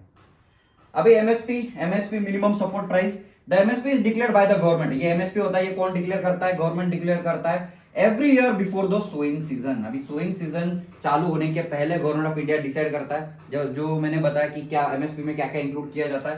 पहले तो कॉस्ट, जितनी भी एग्रीकल्चर बनाने में जो कॉस्ट लगी, जो क्रॉप बनाने में कॉस्ट लगी, फर्टिलाइजर्स लगे, सीड्स लगे, ठीक है, पानी लगा जो अगर परचेस करना पड़ा, फिर टैक्सेस वगैरह रहते हैं फर्टिलाइजर्स के, उसके ऊपर वो सारी चीजें ऐड करने के बाद फिर उसके बाद ट्रांसपोर्ट जो होता है वो ऐड कर दिया। ट्रांसपोर्ट के बाद इन्फ्लेशन भी ऐड कर दिया। इन्फ्लेशन के बाद फिर उसके इन्फ्लेशन जो होता है, इन्फ्लेशन भी यहाँ पे ऐड किया जा रहा है, और सर्टन प्रॉफिट परसेंटेज भी यहाँ पे ऐड किया जा रहा है। और उसके बाद आती है एमएसपी का प्राइस, ये गवर्नमेंट खुद देती है, जिसके जो फार्मर्स होते हैं उनका बहुत ज्यादा बेनिफिट हो जाता है। तो इसलिए जो फार्मर्स होते हैं ये एमएसपी मिलने के लिए व्हीट और राइस ज्यादा प्रोड्यूस करते हैं, ठीक है। The purchase food grains are stored in the granaries. अभी जो गवर्नमेंट ऑफ इंडिया जो भी फूड ग्रेन परचेस करती है वो गोडाउन में स्टोर किया जाता है। कहां पे स्टोर किया जाता है? गोडाउन में। इसी को क्या बोला जाता है? ग्रैनरीज बोला जाता है। गोडाउन आप लोगों ने देखा होगा जहां पे गुड स्टोर करने का काम होता है, ठीक है। The food procured by the Food Corporation of India is distributed through the government regulation ration shops among the poor section of the society. अभी जो बफर स्टॉक होता है, जो हमने पढ़ा कि जो बफर स्टॉक है, ये बफर स्टॉक बस भर के रखेगी क्या गवर्नमेंट? ये बफर स्टॉक का यूज भी तो करना पड़ेगा, लोगों को देना पड़ेगा। अगर ये बफर स्टॉक ऐसा कैसा रख दिया तो सड़ जाएगा। राइस और जो व्हीट है वो तो जगह पे पड़े पड़े रख के सड़ जाएंगे। तो ये बफर स्टॉक जो होता है ये लोगों तक पहुंचाने का काम करना पड़ता है। तो ये पहुंचाने का काम कौन करता है? Public distribution system. अभी इसमें भी ये जो रेशन शॉप्स होते हैं, आपने कभी देखा होगा आपके लोकेलिटी में रेशन शॉप्स होते हैं जहां पे जो कम प्राइसेस पे, सब्सिडाइज प्राइसेस पे फूड ग्रेन्स मिलते हैं, ठीक है, ऐसे रेशन शॉप्स होते हैं। तो इसी को क्या बोला जा रहा है? पब्लिक डिस्ट्रीब्यूशन सिस्टम बोला जाता है। अभी ये बफर स्टॉक में जब ग्रैनरीज में जो फूड ग्रेन स्टोर हो जाते हैं तो यहां से वो रेशन शॉप में जाते हैं, ठीक है। रेशन शॉप में से भेजे जाते हैं। रेशन शॉप में जाने के बाद अलग अलग लोगों को क्या किए जाते हैं, छोटे छोटे क्वांटिटी में उनको बेचे जाते हैं सब्सिडाइज प्राइसेस पे, ठीक है। इसको क्या बोला जाता है? रेशन शॉप बोला जाता है।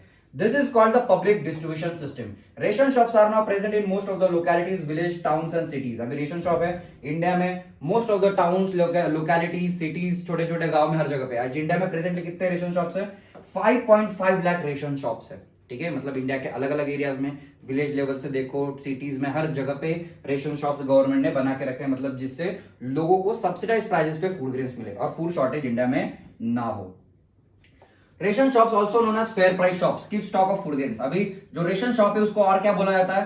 फेयर प्राइस शॉप बोला जाता है। ठीक है, फेयर प्राइस शॉप मतलब वहां पे जो प्राइसेस होते हैं वो बहुत ज्यादा फेयर होते हैं, अफोर्डेबल प्राइसेस होते हैं। ठीक है, these items are sold to the people at the price lower than the market. मतलब मार्केट में जो प्राइसेस होते हैं उसके कम प्राइसेस पे यहाँ पे क्या किया जाता है? रेशन शॉप्स में गुड्स जो फूड ग्रेन्स है वो बेचे जाते हैं। फॉर एग्जाम्पल, आप अगर राइस परचेस करने के लिए जाओगे, आपके पास जो भी किराना स्टोर है, ठीक है, तो राइस जो होता है वो 30 रुपए से लेके 250-500 रुपीज पर केजी भी राइस आता है। जो बासमती राइस होते हैं वो बहुत ज्यादा एक्सपेंसिव होते हैं। ठीक है, तो 30 रुपए से 500 पे आप कोई भी परचेस कर सकते हो। पर जो रेशन शॉप होते हैं वहां पे 2 रुपए किलो, 3 रुपए किलो ऐसे फूड ग्रेन्स देखने को मिलते हैं। तो इतना सब्सिडाइज प्राइसेस पे गवर्नमेंट क्या करता है? लोगों को फूड ग्रेन्स बेचता है।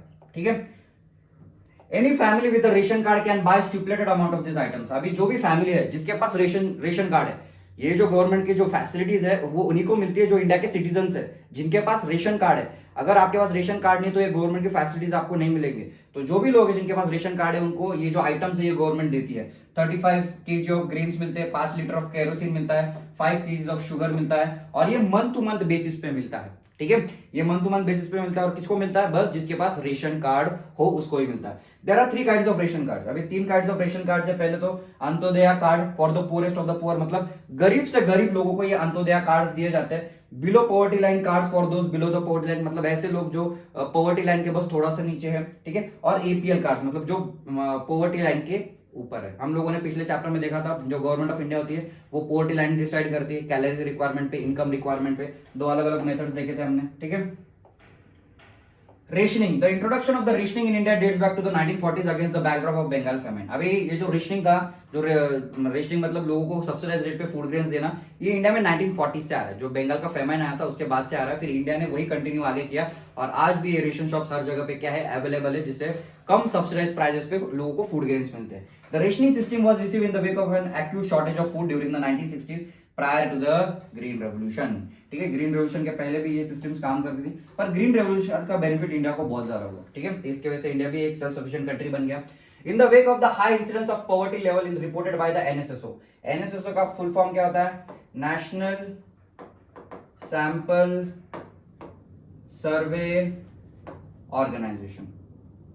ठीक है, नेशनल सैंपल सर्वे ऑर्गेनाइजेशन इसका शॉर्ट फॉर्म होता है एनएसएसओ। ठीक है, in the wake of the high incidence of poverty levels as reported by the NSSO in the mid 1970s, 3 important food intervention programs were introduced। ठीक है, तो अभी government ने 3 एक ऐसे प्रोग्राम इंट्रोड्यूस किए जिससे जो लोग हैं लोगों की फूड इनसिक्योरिटी को दूर किया जाए। ठीक है, लोग जो है लोगों के पास ज्यादा खाना पहुंचना चाहिए, उनको न्यूट्रिशनल रिक्वायरमेंट अच्छी होनी चाहिए। अभी पहला प्रोग्राम कौन सा है? पहला तो पब्लिक डिस्ट्रीब्यूशन सिस्टम है, जो अपन ने पढ़ा कि रेशन शॉप्स इंट्रोड्यूस किए जा रहे हैं, वहां पे लोगों को सब्सिडाइज रेट पे क्या दिया जा रहा है? फूड ग्रेन्स प्रोवाइड किए जा रहे हैं। अभी दूसरा प्रोग्राम जो है वो इंटीग्रेटेड चाइल्ड डेवलपमेंट सर्विसेज है, आईसीडीएस। ठीक है, इसको क्या बोला जाता है? ICDS, integrated child development services. अभी यहाँ पे जो चाइल्ड डेवलपमेंट सर्विसेज, यहाँ पे किसको टारगेट किया जा रहा है? वहां पे 0 to 6 इयर्स के बच्चों को टारगेट किया जा रहा है और जो प्रेग्नेंट मदर्स है उनको टारगेट किया जा रहा है। ठीक है, अभी उनको सप्लीमेंट्री न्यूट्रिशन प्रोवाइड करने का काम कर रही है, उनको वैक्सीन प्रोवाइड करने का काम कर रही है, उनकी हेल्थ चेकअप्स गवर्नमेंट फ्री में चेक देने का काम कर रही है, उनको हेल्थ और न्यूट्रिशन का एजुकेशन देने का काम कर रही है। यहाँ पे क्या हो जाएगा? मतलब जो लोग है वहां पे लोगों को टारगेट करके उनको क्या दिया जा रहा है? फैसिलिटीज प्रोवाइड करी जा रही है। फूड फॉर वर्क, अभी यहाँ पे दूसरा जो है ये गवर्नमेंट ने इंट्रोड्यूस किया था 1977 और 98 में। फूड फॉर वर्क मतलब यहाँ पे अनएम्प्लॉयमेंट बहुत ज्यादा हो गया था, तो इसलिए गवर्नमेंट ने ये स्कीम इंट्रोड्यूस किया था जिससे कि लोगों को काम मिले, पर काम के बदले पैसे नहीं, वहां पे उनको क्या दिया जा रहा है? खाना दिया जा रहा है। तो ये अलग अलग प्रोग्राम्स गवर्नमेंट क्या करती है? इंट्रोड्यूस करती है अपने सिटीजन्स के लिए। The national food security act 2013, the act provides for the food and nutritional security life at affordable prices. अभी ये जो इंडिया में आया था नेशनल फूड सिक्योरिटी एक्ट 2013, इसके वजह से क्या होने लग गया कि लोगों को अभी फूड गवर्नमेंट की रिस्पॉन्सिबिलिटी बन गई कि गवर्नमेंट लोगों को क्या मिलना चाहिए? फूड मिलना चाहिए एट अफोर्डेबल प्राइसेस, मतलब ऐसे प्राइसेस जो वो अफोर्ड कर पाए। ठीक है, and enables people to live with dignity, और लोगों का इससे एक डिग्निफाइड लाइफ उनको मिल जाती है, एक सेल्फ रिस्पेक्ट वाली लाइफ मिल जाती है, जिससे उनको अप्रोप्रिएट खाना मिल रहा है, एक अच्छा स्टैंडर्ड ऑफ लिविंग वो मेंटेन कर पा रहे हैं। Under this act 75% of rural population, अभी ये एक्ट के अंडर कितने लोगों को टारगेट किया गया? जो रूरल पॉपुलेशन थी उसमें से 75% जो लोग थे उनको टारगेट किया गया, और जो अर्बन पॉपुलेशन है उसमें जो 50% लोग हैं उनको टारगेट किया गया। ठीक है, वो ये इसमें किसको किया था, बेनिफिट मिला था, ये लोगों को ज्यादा बेनिफिट मिला था। ठीक है, current status of the public distribution system. अभी पब्लिक डिस्ट्रीब्यूशन सिस्टम का आज का करंट स्टेटस क्या है? Public distribution system is the most important step taken by the government of India towards ensuring food security. अभी जो पब्लिक डिस्ट्रीब्यूशन सिस्टम था ये कोविड में तो सबसे ज्यादा यूजफुल था। कोविड में कितने सारे लोग थे वो भूखे मर रहे थे, तो ये पब्लिक रेशन शॉप्स ही तो थे जिसकी वजह से लोगों को क्या मिल रहा था, फ्री में खाना मिल रहा था, फूड ग्रेन्स मिल रहे थे। तो ये जो पब्लिक डिस्ट्रीब्यूशन सिस्टम है ये बहुत इंपॉर्टेंट डिसीजन था गवर्नमेंट ऑफ इंडिया का लोगों के लिए। ठीक है, in the beginning the coverage of the PDS system was universal with no discrimination between the poor and the non poor. अभी शुरुआत में जब गवर्नमेंट ने पब्लिक डिस्ट्रीब्यूशन की शुरुआत की, जब 1947 के बाद जो गवर्नमेंट ने ये पब्लिक डिस्ट्रीब्यूशन सिस्टम नया नया इंट्रोड्यूस किया, उसमें सब लोगों को फूड ग्रेन्स दिए जा रहे थे एट सब्सिडाइज्ड प्राइसेस। मतलब पुअर और नॉन पुअर में डिफरेंस नहीं किया जा रहा था, पैसे वाले लोगों को भी कम पैसे में दिए जा रहे थे और गरीब लोगों को तो कम पैसे में दिए ही जा रहे थे। ठीक है, over the year the policy related PDS has been revised to make it more efficient and targeted. और धीरे धीरे गवर्नमेंट ने क्या करना चालू कर दिया, जो पैसे वाले लोग थे उनको ये बेनिफिट देना उन्होंने बंद कर दिया, क्योंकि पैसे वाले लोग हैं उनके पास पैसा होता है तो वो कौन से भी प्राइजेस पे फूड ग्रेन्स अफोर्ड कर सकते थे। तो गवर्नमेंट ने बस अभी ये जो पब्लिक डिस्ट्रीब्यूशन सिस्टम था ये पुअर सेंट्रिक रखा, मतलब जस्ट बस गरीब लोगों को ही उसका बेनिफिट होना चाहिए। धीरे धीरे उन्होंने जो चेंजेस लाए ये चेंजेस लोगों ने एक्सेप्ट किए। 1992 रिवैम्प पब्लिक डिस्ट्रीब्यूशन सिस्टम। अभी 1992 में जो पब्लिक डिस्ट्रीब्यूशन था उसको नाम दे दिया, नाम दूसरा क्या दिया, रिवैम्प पब्लिक डिस्ट्रीब्यूशन सिस्टम। अभी ये जो रिवैम्प पब्लिक डिस्ट्रीब्यूशन सिस्टम था वहां पे टारगेट किसको किया जा रहा है, ओनली रिमोट और बैकवर्ड एरियाज को टारगेट किया जा रहा है। ऐसे एरियाज जो बहुत विलेज लेवल पे है और बहुत ज्यादा बैकवर्ड है, ठीक है, मतलब उनका डेवलपमेंट बहुत कम है, ऐसे एरियाज को उन्होंने टारगेट किया। ठीक है, वहां पे 1700 ब्लॉक्स पे उन्होंने क्या करना चालू कर दिया, ये सिस्टम उन्होंने 17 इंडिया के अलग अलग ब्लॉक्स में इंट्रोड्यूस की, ऐसे 1700। From June 1997 it renewed attempt. अभी 1997 पहला जो चेंज था वो 1992 में, 1997 में वापस दूसरा चेंज आया, वहां पे उन्होंने क्या किया, टारगेटेड पब्लिक डिस्ट्रीब्यूशन सिस्टम को इंट्रोड्यूस किया। टारगेटेड मतलब यहाँ पे किसको टारगेट किया जा रहा है, अब बस गरीब लोगों को, इंडिया के सारे एरिया के सारे गरीब लोगों को उन्होंने टारगेट करना चालू कर दिया। ठीक है, it was for the first time that a differential pricing policy was adopted for the poor and non poor. और 1997 के बाद से ही गवर्नमेंट ऑफ इंडिया ने अभी ये जो सब्सिडाइज्ड प्राइसेस पे फूड ग्रेन्स थे ये बस गरीब लोगों को देना चालू कर दिया। जो पैसे वाले लोग थे उनको साइड में कर दिया और यहाँ पे बस अभी क्या किया जा रहा है, गरीब लोगों को टारगेट करके फूड ग्रेन्स प्रोवाइड किए जा रहे हैं। ठीक है, ये अमीर लोगों को साइडलाइन क्यों किया गवर्नमेंट ने, क्योंकि ये जो पैसे वाले लोग होते थे ये सब्सिडाइज्ड प्राइसेस पे फूड ग्रेन परचेस तो करते थे रेशन शॉप से, पर बाहर जाके ज्यादा प्राइसेस में बेचते थे। ठीक है, तो इलीगल क्या क्या किया जाता था, मार्केटिंग किया जाता था ये फूड ग्रेन्स का, जिससे कि बहुत ज्यादा लॉस गवर्नमेंट को होता था और गरीब लोगों को होता था। ठीक है, अभी यहाँ पे दिया है important features of public distribution system. अभी पब्लिक डिस्ट्रीब्यूशन सिस्टम जो 1992 में इंट्रोड्यूस हुआ था वो यूनिवर्सल था। यूनिवर्सल मतलब सब लोगों के लिए था, रिच पुअर सब आ जाते हैं इसमें, रिच पुअर सारे लोग आ जाते हैं। और इसमें जो व्हीट था उसका प्राइस क्या था, 2.34 रुपीज पर केजी था। कितना था, 2.34। और जो राइस था, राइस कितना दिया जा रहा है, राइस जो है ये W मतलब व्हीट है और R मतलब राइस है। ठीक है, राइस को कितने में दिया जा रहा है, 2.89 में दिया जा रहा है। ठीक है, फिर उसके बाद आरपीडीएस सिस्टम इंट्रोड्यूस हुआ वापस 1992 में, वो बैकवर्ड ब्लॉक्स के लिए इंट्रोड्यूस किया गया। यहाँ पे लिमिट लाया गया फूड ग्रेन्स पे, बस 20 केजी फूड ग्रेन्स मिलेंगे और व्हीट कितने रुपीज में मिलेगा, 2.8 में, और राइस मिलेगा 3.77 में। उसके बाद टारगेटेड पब्लिक डिस्ट्रीब्यूशन सिस्टम आया 1997 में, 2000 में लॉन्च हुआ। यहाँ पे कितने लोगों को टारगेट किया जा रहा है, poor, non poor, below poverty line, above poverty line लोगों को टारगेट किया जा रहा है। और यहाँ पे फूड ग्रेन का कितना दे रहे हैं, लिमिट लाया जा रहा है, मतलब इससे ज्यादा फूड ग्रेन किसी फैमिली को नहीं मिलेंगे। यहाँ पे 35 केजीज लाया जा रहा है। बिलो अभी यहाँ पे जो रेट्स है अलग अलग लोगों के लिए अलग अलग रेट्स है। ठीक है, for example below poverty line के लिए जो व्हीट है वो 4.15 मिलेगा, राइस है उनके लिए 5.16 मिलेगा, अबव पॉवर्टी लाइन है उनको व्हीट कितने मिलेगा, 6 रुपीज पर केजी में मिलेगा। और जो रूरल एरियाज है वहां पे राइस कितना मिलेगा, 8 जो रूरल नहीं, जो रिच लोग हैं उनको राइस कितने में मिलेगा, 8.3 रुपीज पर केजी मिलेगा। ऐसे अलग अलग प्रोग्राम्स में अलग अलग प्राइजेस उन्होंने इंट्रोड्यूस किए। ठीक है, फिर अंत्योदय अन्न योजना में 2002 आया, यहाँ पे बस गरीब लोगों को टारगेट किया गया और 35 केजी का उन्होंने लिमिट लगा दिया। व्हीट 2 रुपए दिया जा रहा है, राइस 3 रुपए किलो दिया जा रहा है। एपीएस में 2000 में इंट्रोड्यूस हुआ, यहाँ पे बस सीनियर सिटीजन्स को टारगेट किया जा रहा है। अभी सीनियर सिटीजन्स ऐसे लोग होते हैं जिनको वो काम भी नहीं कर सकते, उनके पास पैसा भी नहीं होता है, ये गवर्नमेंट पे एक्चुअली थोड़ा बहुत बर्डन होता है इकोनॉमिक टर्म्स में अगर देखा जाए तो यहाँ पे उनको क्या दिया जा रहा है, फ्री में फूड ग्रेन्स प्रोवाइड किए जा रहे हैं। और उसके बाद नेशनल फूड सिक्योरिटी एक्ट आया, इसमें बस प्रायोरिटी हाउस होल्ड्स को टारगेट किया गया। 5 kg पर पर्सन। यहाँ पे लिमिट और ज्यादा कम कर दिया, मतलब ज्यादा लोग हो रहे तो ज्यादा लोगों को फूड ग्रेन्स प्रोवाइड करने पड़ रहे, तो यहाँ पे लिमिट लगा दिया गवर्नमेंट ने। जो वीट है वो 2 रुपए दिया जा रहा है, राइस है वो 3 रुपए दिया जा रहा है, और जो कोर्स ग्रेन है उसको 1 रुपीज kg दिया जा रहा है। तो ये अलग अलग गवर्नमेंट के क्या है, अलग अलग प्राइसेस है, लोगों को अलग अलग बेनिफिट दिए जा रहे हैं। ठीक है, अभी नेक्स्ट है अंत्योदय अन्न योजना। अभी अंत्योदय अन्न योजना है, इट वाज लॉन्च इन दिसंबर 2000। कब लॉन्च हुआ था? दिसंबर 2000 में लॉन्च हुआ था। Under this scheme 1 crore of the poorest among the below poverty line families covered under the target population system. अभी अंत्योदय अन्न योजना में किसको टारगेट किया था? 1 करोड़ से भी ज्यादा, जो गरीब से भी, मतलब ये जो पॉवर्टी लाइन होती है ना, उसके नीचे ये जो लोग होते हैं, ये बहुत ज्यादा गरीब लोग होते हैं, गरीबों से भी ज्यादा गरीब, मतलब शुद्ध गरीब लोग, ये गरीबों को यहाँ पे क्या किया जा रहा है? टारगेट किया जा रहा है। Poor families were identified by the respective states. अब ये जो गरीब फैमिलीज थी, ये आइडेंटिफाई कौन करने वाला था? वो रिस्पेक्टिव स्टेट का रीडेवलपमेंट डिपार्टमेंट जो होता था वो टारगेट करता था। मतलब वो आइडेंटिफाई करता था कि उनके एरिया में कौन से ज्यादा गरीब लोग हैं, किसकी इकोनॉमिक कंडीशन बहुत खराब है, किसको काम नहीं मिल रहा है, ठीक है, किसके पास कितना रेवेन्यू का अर्निंग कैपेसिटी किसका कितना है, उसके हिसाब से वो क्या करते थे? उनको टारगेट करते थे। 25 kilogram of food grains were made available to each eligible family. मतलब हर एक फैमिली को at least 25 kg food grains provide करना इन्होंने चालू कर दिया। कौन से रेट पे? जो वीट था वो 2 रुपए किलो मिल रहा था, और जो राइस था वो 3 रुपए किलो मिल रहा था। ठीक है, जो हमने चार्ट पे पढ़ा था। ठीक है, Antyodaya Anna Yojana, this quantity has been enhanced up to 25 to 35 kg। अभी ये जो क्वांटिटी जो थी वो बढ़ाई गई, मतलब 10 किलो और बढ़ा दिया April to with the effect from April 2002। ठीक है, पहले जो था वो 25 kg था, अभी 25 से 35 kg किया जा रहा है। The scheme has been further expanded twice by additional 50 lakh below poverty line families. मतलब पहले तो 1 करोड़ लोगों को बेनिफिट दिया जा रहा था, अभी 1 करोड़ से 1 करोड़ 50 लाख फैमिलीज को ऐड किया जा रहा है। मतलब इतना बेनिफिट जो है वो 1 करोड़ 50 लाख फैमिलीज को दिया जा रहा है। Within the increase 2 crore families have been covered under the Antyodaya Anna Yojana. और आगे फ्यूचर में, और आगे मतलब आगे के सालों में, और ये जो फैमिलीज थी वो 2 करोड़ तो होगी। मतलब ये जो बेनिफिट है 2 करोड़ से भी ज्यादा फैमिलीज को ये बेनिफिट दिया जा रहा है। ठीक है, 35 kg का 35 kg फूड ग्रेन्स यहाँ पे प्रोवाइड करे जा रहे हैं। ठीक है, further in 2002 special schemes were launched. अभी 2000 के बाद और 2 स्पेशल स्कीम्स लॉन्च किए थे। एक तो अंत्योदय अन्न योजना थी और दूसरी थी अन्नपूर्णा स्कीम थी, with the special target groups of poorest among the poor. अभी ये जो 2 स्कीम्स थी, ये किसके लिए बनाई जा रही है?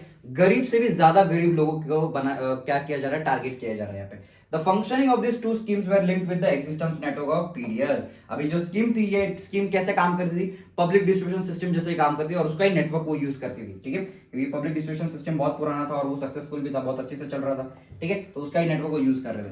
The PDS has proved to be the most effective instrument of government policy over the years in stabilizing prices and making food grains available to the consumer। अभी ये पब्लिक डिस्ट्रीब्यूशन सिस्टम जो है, ये इंडिया का सबसे successful programme तुम बोल सकते हो, जिसकी वजह से जो फूड शॉर्टेज है वो कंट्रोल किया गया, प्राइसेस जो बढ़ जाते थे वो कंट्रोल किया, इन्फ्लेशन बहुत कंट्रोल करता है। जो ऐसे एरियाज में जहां पे कैलामिटीज ज्यादा होती थी, वो एरियाज में भी फूड ग्रेन्स पहुंचाए गए। ठीक है, it has been instrument of averting wide spread hunger and famine. और हंगर और फेमाइन जैसे भी सिचुएशन यहाँ पे पब्लिक डिस्ट्रीब्यूशन सिस्टम ने क्या किए? टैकल किए। Food from surplus region to the countries to the deficient ones. अभी ये जो पब्लिक डिस्ट्रीब्यूशन सिस्टम क्या करता था? जो स्टेट्स में, इंडिया के जो स्टेट्स में प्रोडक्शन बहुत ज्यादा फूड ग्रेन्स का, वहां से वो परचेस करते थे और ऐसे एरियाज में जाके देते थे, सप्लाई करते थे जहां पे फूड ग्रेन प्रोडक्शन बहुत कम है। In addition, the prices have been under revision in favor of the poor household in general. The system includes the minimum support price and procurement has contributed to the increase in the food grain production and provided income security to the farmers in the certain region. अभी मैंने जैसे बताया था, ये MSP जो है minimum support price, ये minimum support price की वजह से क्या हो गया? फार्मर्स को एक इनकम सिक्योरिटी मिल गई है, फार्मर्स को एक अच्छा खासा अमाउंट एमएसपी के फॉर्म में मिल रहा है। तो एमएसपी के बेसिस पे फार्मर्स की भी कंडीशन अच्छी हो रही है और गवर्नमेंट का भी यहाँ पे काम हो रहा है। तो ये जो पब्लिक डिस्ट्रीब्यूशन सिस्टम है, इसकी वजह से सबका क्या हो रहा है? सबको एडवांटेज हो रहा है ये पब्लिक डिस्ट्रीब्यूशन सिस्टम से।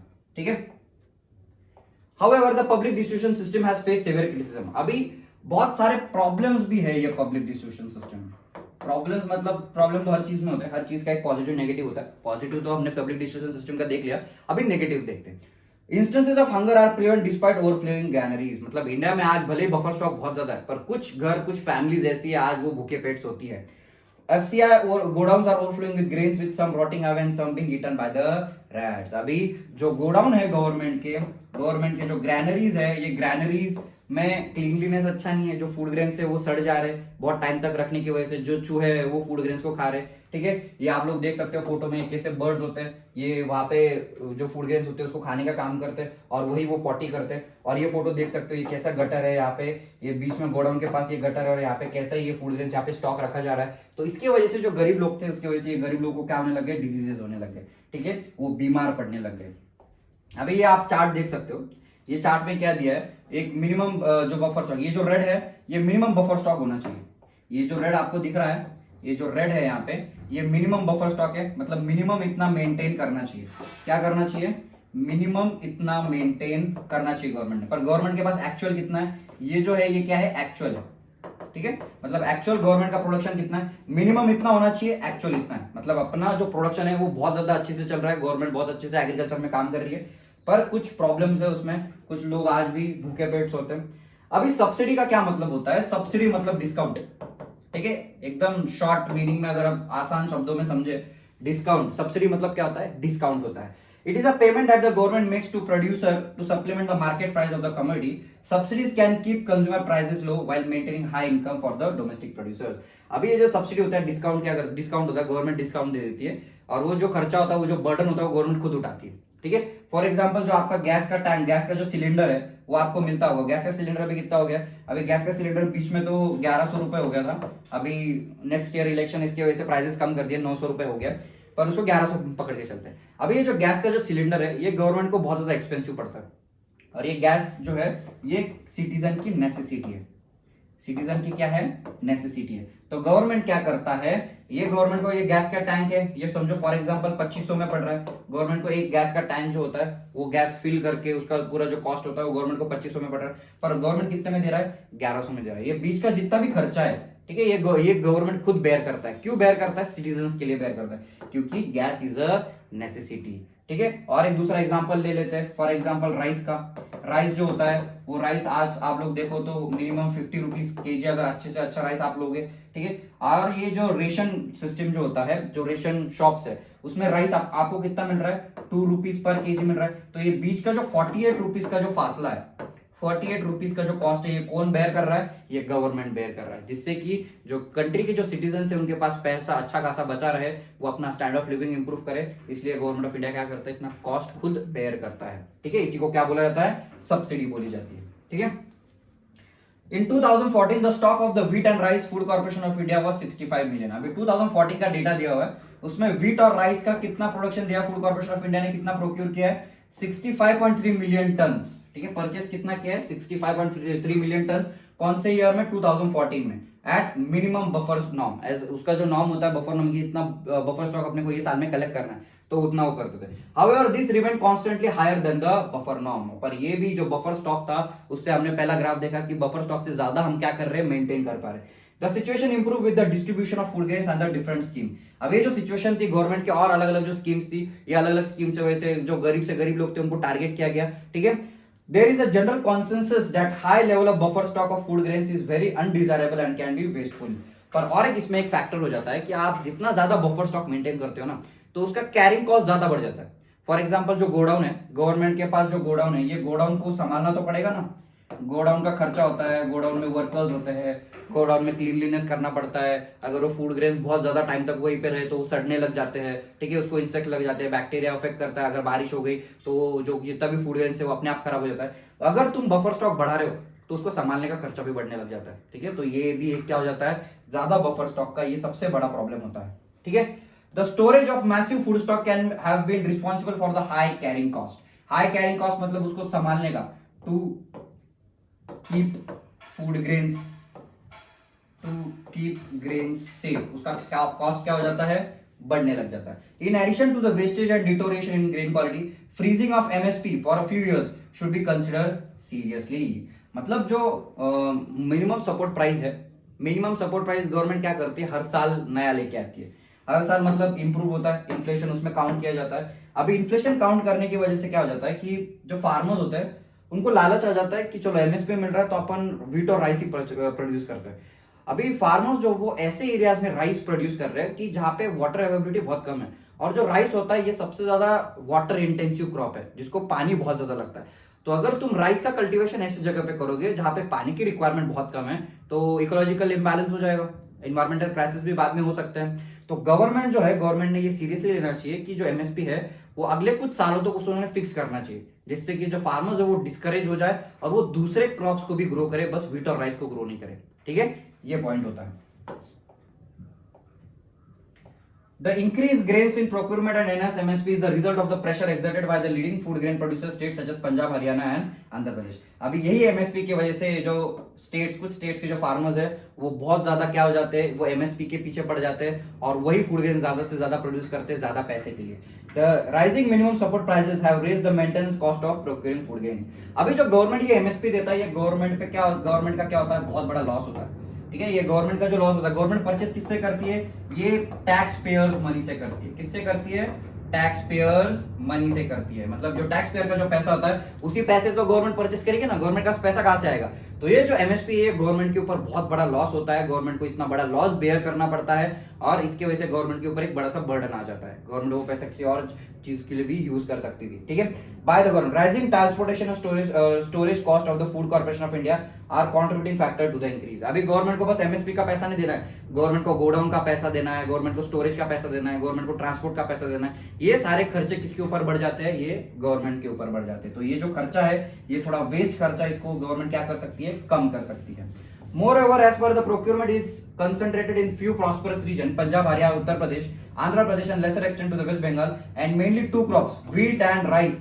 Increase in the MSP has induced farmers, particularly in the surplus states, to divert land from production of the coarse grains, which is staple food for the poor, to the production of rice and wheat. अभी ये wheat जो जैसे मैंने बताया कि MSP जैसे दिया जा रहा है, ये एमएसपी के लालच में जो फार्मर्स है वो क्या करते जा रहे हैं, ये व्हीट और राइस का प्रोडक्शन ही ज्यादा करे, तो ज्यादा दूसरे जो फूड क्रॉप्स है उसको एंकरेजमेंट नहीं मिल रहा है। तो गवर्नमेंट ने क्या करना चाहिए, दूसरे जो फूड ग्रेन्स है उसको प्रोड्यूस करने के लिए भी फार्मर्स को एंकरेज करना चाहिए। एमएसपी के चक्कर में क्या होते जा रहा है कि जो जितने भी प्रॉस्परस स्टेट्स है वो बस ये दो क्रॉप्स पे फोकस कर रहे हैं। और जो राइस है, राइस तो सबसे ज्यादा वाटर इंटेंसिव क्रॉप है, उसको पानी बहुत ज्यादा लगता है, तो अपना जो ग्राउंड वाटर लेवल है वो भी कम होते जा रहा है। ठीक है, the intensive utilisation of water in the cultivation of rice has also led to the environmental degradation. अभी इंटेंसिव यूटिलाइजेशन ऑफ वाटर मतलब पानी बहुत ज्यादा यूज किया जा रहा है, राइस ऐसा क्रॉप है जहाँ पे पानी ज्यादा लगता है, तो उसकी वजह से लैंड भी बहुत ज्यादा डिग्रेड होते जा रही है। And fall in the water level, जो ग्राउंड वाटर लेवल होता है, यहाँ पे बस वाटर लेवल की बात नहीं हो रही है, ग्राउंड वाटर लेवल की बात हो रही है, जिससे जो ग्राउंड वाटर लेवल है वो एक्सट्रैक्ट करके फार्मर इरिगेशन सिस्टम चलाते हैं ना,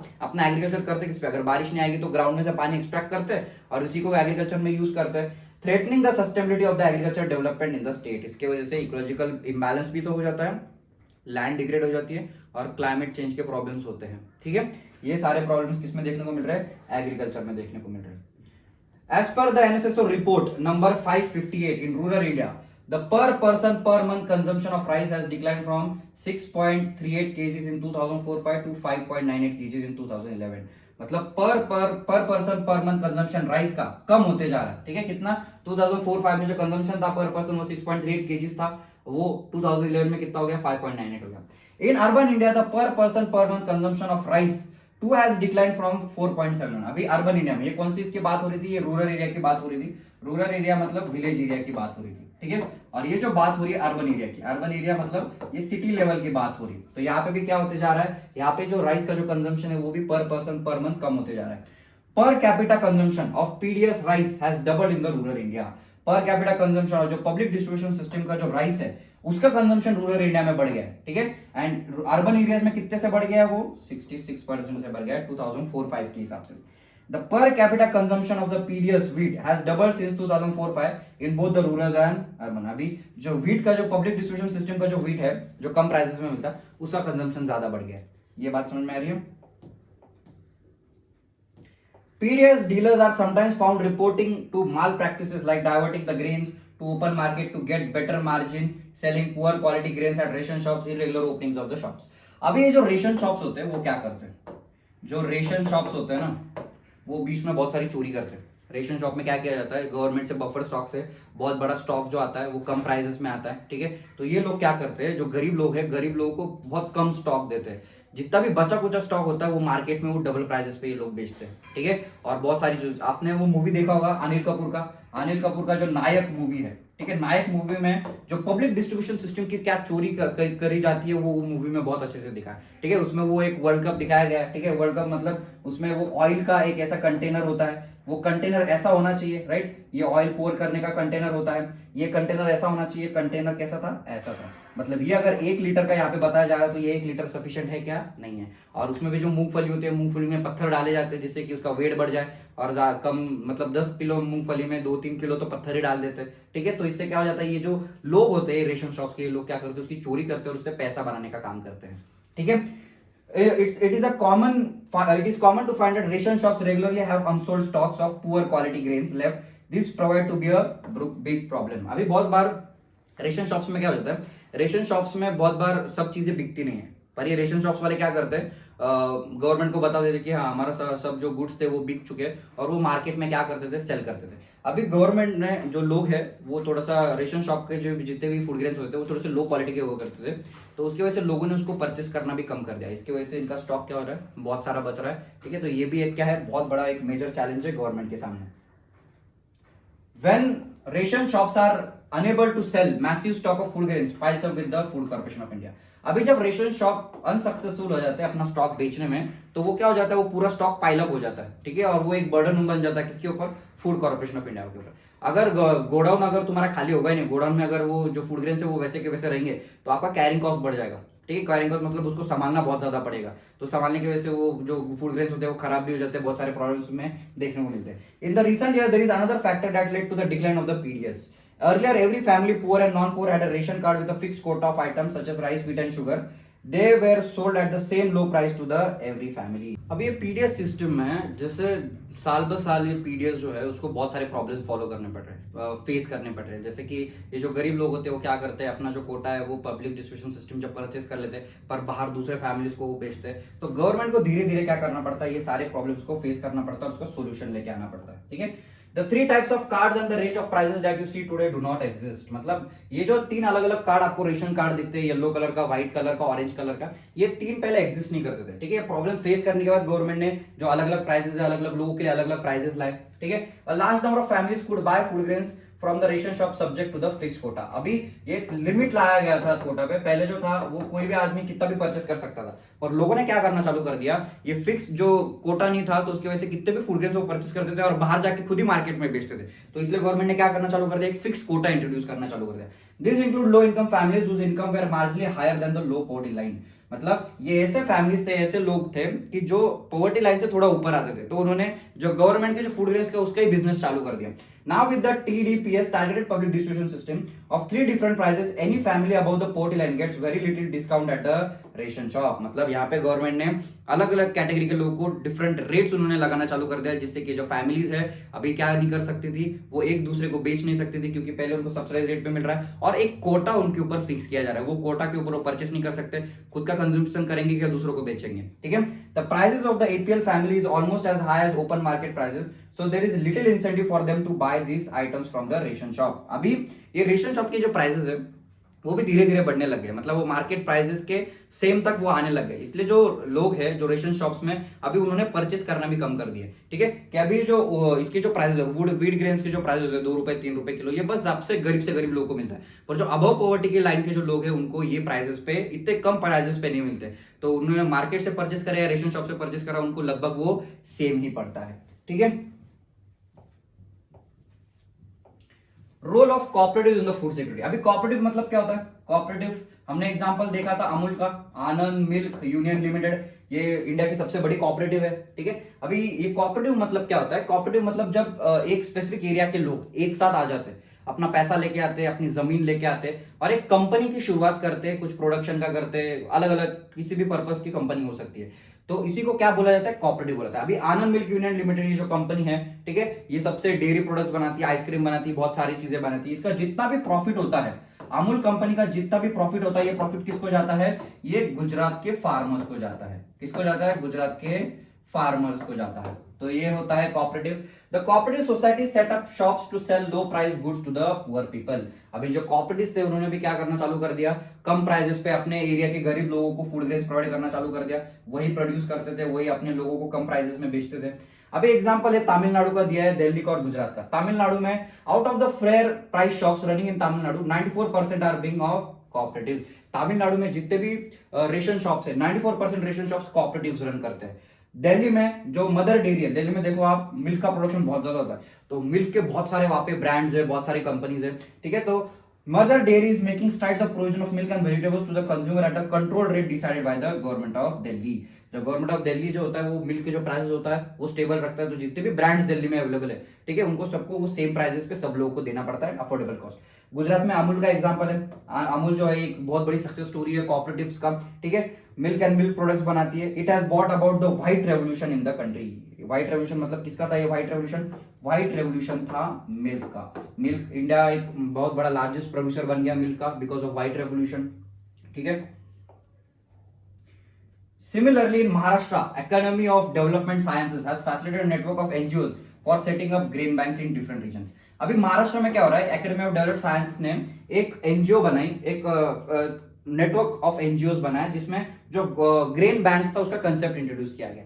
अभी जो ग्रेन बैंक्स थे वो क्या करते थे, EDS organise training and capacity building programme on food security of NGO. अभी ईडीएस जो था एकेडमी ऑफ डेवलपमेंट साइंसेस, वो क्या कर रहा था, कैपेसिटी ट्रेनिंग प्रोवाइड कर रहा था, ठीक है, कि एनजीओ ने कैसे फूड ग्रेन्स के बैंक का ऐसा काम करना है, फूड ग्रेन बैंक जैसा काम करना है, लोगों तक कैसे फूड ग्रेन्स पहुंचाना है। Grain banks are now slowly taking up shape in different parts of Maharashtra. अभी जो ग्रेन बैंक्स है ये महाराष्ट्र के अलग अलग एरियाज में है, ठीक है, काम कर रही है, ऑपरेट कर रही है।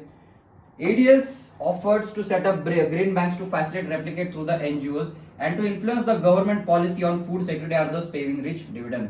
अभी ये जो गवर्नमेंट से इन्फ्लुएंस, गवर्नमेंट की जो पॉलिसी होती है फूड सिक्योरिटी की, उसके हिसाब से ग्रेन बैंक्स चल रहा है। अभी ये ग्रेन बैंक्स काम कैसे करता है, 50+ members contribute 2 kg of grain each. मतलब 50 से भी ज्यादा मेंबर्स है वो क्या कर रहे हैं, 2 kg से ज्यादा फूड ग्रेन्स वो ग्रेन बैंक्स में दे रहे। Shramik Bharati aids 400 kg weighing scale steel storage vat. One of the members with storage spaces keeps the grain and maintains the ledger. मतलब ये क्या किया जा रहा है कि अलग अलग मेंबर्स है वो अपना खुद कंट्रीब्यूट कर रहे हैं ग्रेन्स, ठीक है। फिर उसके बाद जो श्रमिक भारतीय है वो 400 kg कंट्रीब्यूट कर रहे हैं। कुछ लोग जो है वो गोडाउन संभालने का काम कर रहे हैं, ठीक है। Members can borrow up to 100 kg of grain at a time and at 25% more as interest when they return it. मतलब ये ग्रेन बैंक्स में क्या किया जा रहा है, कोई भी मेंबर है वो कितना भी ग्रेन क्या कर सकता है, उठा सकता है, कंज्यूम कर सकता है, ले सकता है, और उसके बाद विद इंटरेस्ट ग्रेन से उसको क्या करना है, वापस देना है। मतलब ये ग्रेन बैंक कैसे काम कर रहा है, पैसे के जैसे काम कर रहा है। जैसे पैसे अपन उठाते हैं वहां से यहाँ पे क्या करना है, तुमको ग्रेन्स उठाना है। The ADS grain bank programme is acknowledged as a successful और इनोवेटिव फूड सिक्योरिटी इंटरवेंशन। और ये जो ग्रेन बैंक का जो प्रोग्राम था ये सबसे ज्यादा सक्सेसफुल रहा, इनोवेटिव रहा महाराष्ट्र में, ठीक है। ठीक है, that's all for the today's lecture. If you people have any doubts, queries, you can connect me on Instagram. I'm on YouTube as well. ठीक है, next lecture में मिलते हैं. Bye bye.